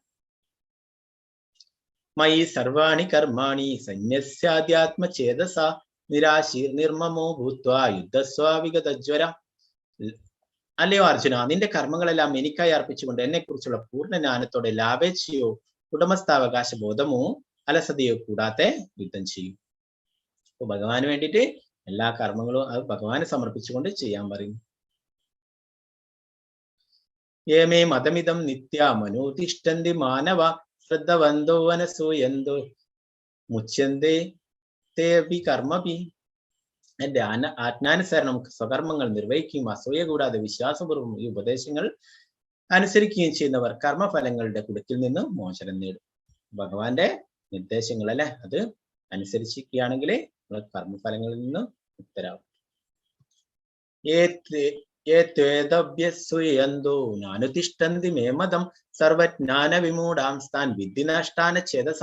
അസൂയാലുക്കളായി എന്റെ ഉപദേശങ്ങളെ അവഗണിക്കുകയും അനുസരിക്കാതിരിക്കുകയും ചെയ്യുന്നവരെ ഒട്ടും അറിവില്ലാത്തവരും മൂഢരുമായി കണക്കാക്കണം. പൂർണ്ണത നേടുന്നില്ല അവരുടെ യത്നങ്ങൾ വിഫലമാക്കപ്പെടുകയും ചെയ്യുന്നു. അപ്പൊ ഭഗവാന്റെ ഈ ഉപദേശങ്ങളിലൊന്നും വിശ്വാസമില്ലാത്തവരല്ലേ, ഭഗവാനോട് അസൂയാലുക്കളായിട്ടുള്ളവരല്ലേ, അവരെന്താണ് ഭഗവാന്റെ ഉപദേശങ്ങളൊക്കെ നിന്ദിക്കുന്നു, അവഗണിക്കുന്നു അല്ലെ. അങ്ങനെ ചെയ്യുന്നവരെന്താണ് ഭഗവാൻ പറയുന്നത്, അവരൊക്കെ മൂഢന്മാരാണ്, അറിവില്ലാത്തവരാണെന്ന് പറയുന്നു. അവരുടെ പൂർണ്ണത നേടുന്ന എല്ലാ പ്രയത്നങ്ങളും വിഫലമാക്കപ്പെടും അല്ലെ. എന്ത് തന്നെ ചെയ്താലും അതൊന്നും പൂർത്തീകരിക്കാൻ കഴിയില്ല. അവർ വീണ്ടും വീണ്ടും ഇവിടെ ജന്മമെടുത്തുകൊണ്ടേയിരിക്കും. അർജുന ഉവാച അധക്കേന പ്രയുക്തോയം പാപം ചരതി പുരുഷ അനിച്ഛന്നപി വാഷ്ണേയ ബലാദിവാനിയോജിത. അർജുനൻ പറഞ്ഞു, വാഷ്ണേയ, ഏതിനാലാണ് ഒരാൾ തനിക്ക് ഇഷ്ടമല്ലെങ്കിൽ പോലും ബലാത്കാരേണ എന്ന പോലെ പാപം ചെയ്യാൻ പ്രേരിതനാകുന്നത്? അപ്പോ നേരത്തെ നമ്മൾ പറഞ്ഞല്ലേ, എന്താണ് ആ ത്രിഗുണങ്ങളാണ് ഇതിനൊക്കെ എന്താണ് നിയന്ത്രിക്കുന്നത്. കാമ യേശ ക്രോധ യേശ രജോ ഗുണ സമുദ്ഭവ മഹാശനോ മഹാവാത്മാ വിദ്യേനാമിഹ വൈരിണം. ശ്രീ ഭഗവാൻ പറഞ്ഞു, അല്ലയോ അർജുന, രജോ ഗുണവുമായുള്ള സമ്പർക്കത്തിൽ നിന്നുണ്ടായതും പിന്നീട് ക്രോധമായി തീരുന്നതുമായ കാമമാണ് ഇങ്ങനെ പ്രേരിപ്പിക്കുന്നത്. എല്ലാം നശിപ്പിക്കുന്ന ഈ മഹാപാപമാണ് ഇഹലോകത്തിലെ ശത്രു. എന്താണ് ഇവിടെ കാമം എന്ന് പറയുന്നത്? എന്താണ്? നമ്മുടെ ആഗ്രഹങ്ങൾ, അമിതമായിട്ടുള്ള ആഗ്രഹങ്ങൾ, അതിനെയാണ് പറയുന്നത് അല്ലെ. എന്താണ് പറയുന്നത്? അതാണ് ഇഹലോകത്തിലെ ശത്രു എന്ന് പറയുന്നത്. ധൂമേനാമ്രിയദേവഗ്നിർ യഥാദർശോ മലേന ച യഥോൽവേനാവൃതോ ഗർഭാസ്തദാതേനതമാവൃതം. പുകതീന എന്ന പോലെയും പൊടി കണ്ണാടിയെ എന്ന പോലെയും ഗർഭാശയം ഭ്രൂണത്തെ എന്ന പോലെയും ജീവാത്മാവിനെ വ്യത്യസ്തമായ അളവുകളുള്ള കാമം ആവരണം ചെയ്തിരിക്കുന്നു. അപ്പോ ആഗ്രഹങ്ങൾ അത് നമ്മളെ സ്വാധീനിക്കുന്നതിനെ കുറിച്ച് പറയുന്നു. പുക തീനെ എന്ന പോലെ എന്താണ് ആ പുക തീനെ എന്താണ് ആ അല്പസമയം മറച്ചു വെക്കും അല്ലെ. തീ കത്തിക്കൊണ്ടിരിക്കുമ്പോൾ ചുറ്റിലും പുകയുണ്ടാവും അല്ലെ. തീ എന്നാലും നല്ലവണ്ണം കത്താൻ തുടങ്ങി കഴിഞ്ഞാൽ ആ പുകയൊക്കെ അപ്രത്യക്ഷമാവും അല്ലെ. അതുപോലെ തന്നെയാണ് നമ്മുടെ മനുഷ്യരുടെ ഉള്ളിലൊക്കെ ചെറിയ ആത്മീയമായിട്ടുള്ള സ്വഭാവമുണ്ട്. എന്താണ് നമ്മള് ഭഗവാന്റെ അംശമാണ് അല്ലെ. നമ്മുടെ ഒക്കെ ഉള്ളിലൊക്കെ ഉണ്ട്. അപ്പൊ നമ്മൾ പതുക്കെ പതുക്കെ ഇങ്ങനെയുള്ള ഈ ആത്മീയ കാര്യങ്ങളൊക്കെ ചെയ്യുകയാണെങ്കിൽ എന്താണ് നമുക്കത് പൂർണ്ണതയിൽ എത്തിക്കാൻ സാധിക്കും അല്ലെ. അപ്പൊ നമ്മള് ഭക്തി സേവനത്തിൽ മുഴുകുകയാണെങ്കിൽ നമ്മുടെ ആ ആഗ്രഹങ്ങളൊക്കെ ഭൗതികമായിട്ടുള്ള ആഗ്രഹങ്ങളൊക്കെ ക്രമേണ കുറച്ച് കൊണ്ടുവരാൻ പറ്റും അല്ലെ. പൊടി കണ്ണാടിയെ എന്ന പോലെ എന്താണ് ആ ഒരു കണ്ണാടിയിൽ പൊടി പിടിച്ചിട്ടുണ്ടെങ്കിൽ എന്താണ് അത് ഒരാൾ തുടച്ച് വൃത്തിയാക്കണം അല്ലെ, എന്നാലേ അത് പോവുള്ളൂ അല്ലെ. അപ്പൊ അതുപോലെ എന്താണ് ചിലരുടെ ഉള്ളിൽ ഈ ആഗ്രഹങ്ങൾ അത് കൂടുതലായിട്ടുണ്ടാവും അല്ലെ. അപ്പൊ അതിനെ എന്താണ് നമ്മള് സാധന കൊണ്ട് ഭക്തിത എന്താണ് തിരുനാമ ജപം കൊണ്ടൊക്കെ നമ്മളത് ക്രമേണ ഇല്ലാതാക്കണം. നമ്മൾ നിരന്തരം ആ ഭക്തിത സേവനങ്ങൾ ചെയ്തു കഴിഞ്ഞാൽ അങ്ങനെ ഭഗവാന്റെ തിരുനാമം ജപിച്ച് അങ്ങനെ നമ്മുടെ ആ ആഗ്രഹങ്ങളൊക്കെ ഇല്ലാതായിരിക്കണം. എന്താണ് ഗർഭാശയം ഭ്രൂണത്തെ എന്ന പോലെയും ആ ഒരു കുട്ടിയെ അല്ലെ ആ ഗർഭാശയം ആവരണം ചെയ്തിരിക്കുന്ന അല്ലെ, കവറിങ് ചെയ്തിരിക്കുന്ന അല്ലെ. അപ്പൊ അതിൽ നിന്നെന്താണ് പിന്നീട് ആ സമയമാകുന്നത് വരെ അതിൽ തന്നെ കിടക്കും അല്ലെ, ഒന്നും ചെയ്യാൻ പറ്റാത്ത അവസ്ഥയിൽ. അപ്പൊ അങ്ങനെയും ഉണ്ട്. അത് 3 കാര്യങ്ങളെ കുറിച്ച് പറയുന്നു. 3 കാര്യങ്ങൾ. ഒന്ന് മനുഷ്യന്റെ ഉള്ളിലുള്ള ആ കാമത്തെ, ആഗ്രഹത്തെ, അത് പുക തീനെ എന്ന പോലെ പറയുന്നു. പിന്നീട് പൊടി കണ്ണാടിയെ എന്ന പോലെ എന്താണ് ആ മൃഗങ്ങളിലൊക്കെ ഉള്ളത്, അത് പൊടി കണ്ണാടിയെ എന്ന പോലെ പറയുന്നു.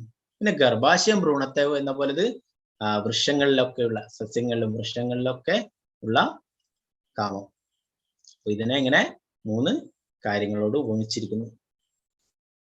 ഇന്ദ്രിയാണി മനോ ബുദ്ധി രസ്യാധിഷ്ഠാനം ഉച്യത്തെ ഏതൈർ വിമോഹയത്യേഷ ജ്ഞാനമാവൃത്യ ദേഹിനാം. ഇന്ദ്രിയങ്ങൾ, മനസ്സ്, ബുദ്ധി എന്നിവയാണ് കാമത്തിന്റെ ഇരിപ്പിടങ്ങൾ.